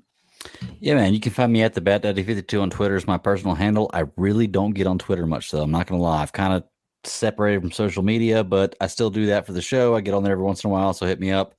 You can find me right now for at least 2 more weeks on the 5-on-5 podcast on the Geeks Chasing Squirrels Across the Multiverse YouTube channel. We're covering NBA playoffs, and it's going to be interesting going into the championship right now. And then Friday nights, 9 p.m. Eastern Standard Time on YouTube is Geeks Chasing Squirrels Across the Multiverse. We cover all kinds of social media, all kinds of pop culture, different movies, television shows, books, everything. I think right now this week I've watched the new Ant-Man movie, Quantumania. So we're going to talk about that. I've watched Dungeons and Dragons. We're going to talk about that this week. Jack Ryan's coming up, and I watched A Man Called Otto this week. And of course, that movie's awesome, dude. That movie is pretty good for a drama. Dude, It's pretty good. so depressing.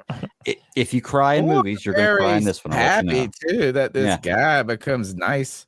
We're going to talk about Oscar this the week. Grouch becomes. I liked it. I thought it was cute. I mean, There's no bad Tom Hanks movie. I Let's put it just that way. watched what was it called? Ghosted, kind of a rom-com. Ghosted is, and it's got, I think it's the dude that played Captain America, Chris Evans. I think that's who it is. Ghosted, and it's got this. Is that what it is? Did you already look it up? No, I just know that's who played Captain America. It's Chris Evans. Ghosted movie. This was pretty cool. I thought it was fun. It was something about yeah, it is Chris Evans. So it's this. It was really neat. Like I liked it. So a rom-com, that's something to watch with your old lady there. Anybody else got a watch recommendation? CK? Anybody? I mean, if you're up while the baby's crying, what are you watching? I need something good to watch. Missing was pretty good. Missing. Yeah, that was on Netflix. Also, if you're looking for a documentary, there's a missing persons series. Basically, it follows that's different from the movie, but it's also on Netflix. Basically, follows missing persons unit for a police officer or a police department as they try to find people after they've been reported missing, things like that. And that's a documentary or docuseries. So and the way they do it is actually pretty cool. So that one was good, but Missing the movie is basically a movie about a young girl. Her mom goes on a vacation with her boyfriend to Brazil, I believe, and our market. Yeah, she's right. She doesn't come back. She goes to the airport to pick her up. She never shows up, and it's just got a bunch of plot twists and all that stuff. So. And it's sort of it's in a unique way. It's not like a camera type thing. You're like you're viewing everything that's happened through like a webcam or like screenshot or screen recordings and stuff like that. So it's one of those, but they do it really well. All right, where can they get after you? You can catch me on Twitter at CodeDizzleAllen. Oh, hey, real quick before we get out of here. The real AP, he's in the chat room. He sent me this on Twitter, and he wanted me to play it last Tuesday, and I didn't see it in time. So I'll play it now. Ice up when you come home at night, and there's a bear in your front yard. Ooh, we need fan ice ups. I like that. Oh, yeah. Oh, that's a big bear. Holy, yeah. Black bear in my yard. Oh my God. Do you go grab a 12 gauge for real? Like, I'll play one more time. I think I just go get a coffee. That is a big bear. Oh my God, there's a black bear in my yard. They're good to eat. I mean, some people don't like to eat them. They're good. Well, you know what they say, if I kill it, I'm going to eat it, but. Dude, you know what they say? That out of all the bears to worry about, black bears are the worst. They say that grizzly bears, they'll actually run away from you. They're saying that if you just find a black bear will fuck you up. That's bro. not true. Well, and that's kind of my thing too. Black bears kill more people. I've been close more to a human black bear than before. every other type of bear. I thought the grizzly was like the apex predator of the earth. Yeah, but they're not. Sounds cooler. Yeah, they're not as aggressive toward people. I thought they were the ones that like hunted people. I don't know. I don't think this is right. I know if I see a bear, I'm gonna research this. All right. All right. That's the C3 Panthers podcast. Let's get out of here, Cody. All right, Panther fans. Until next time, you already know what we're gonna do. Keep pounding.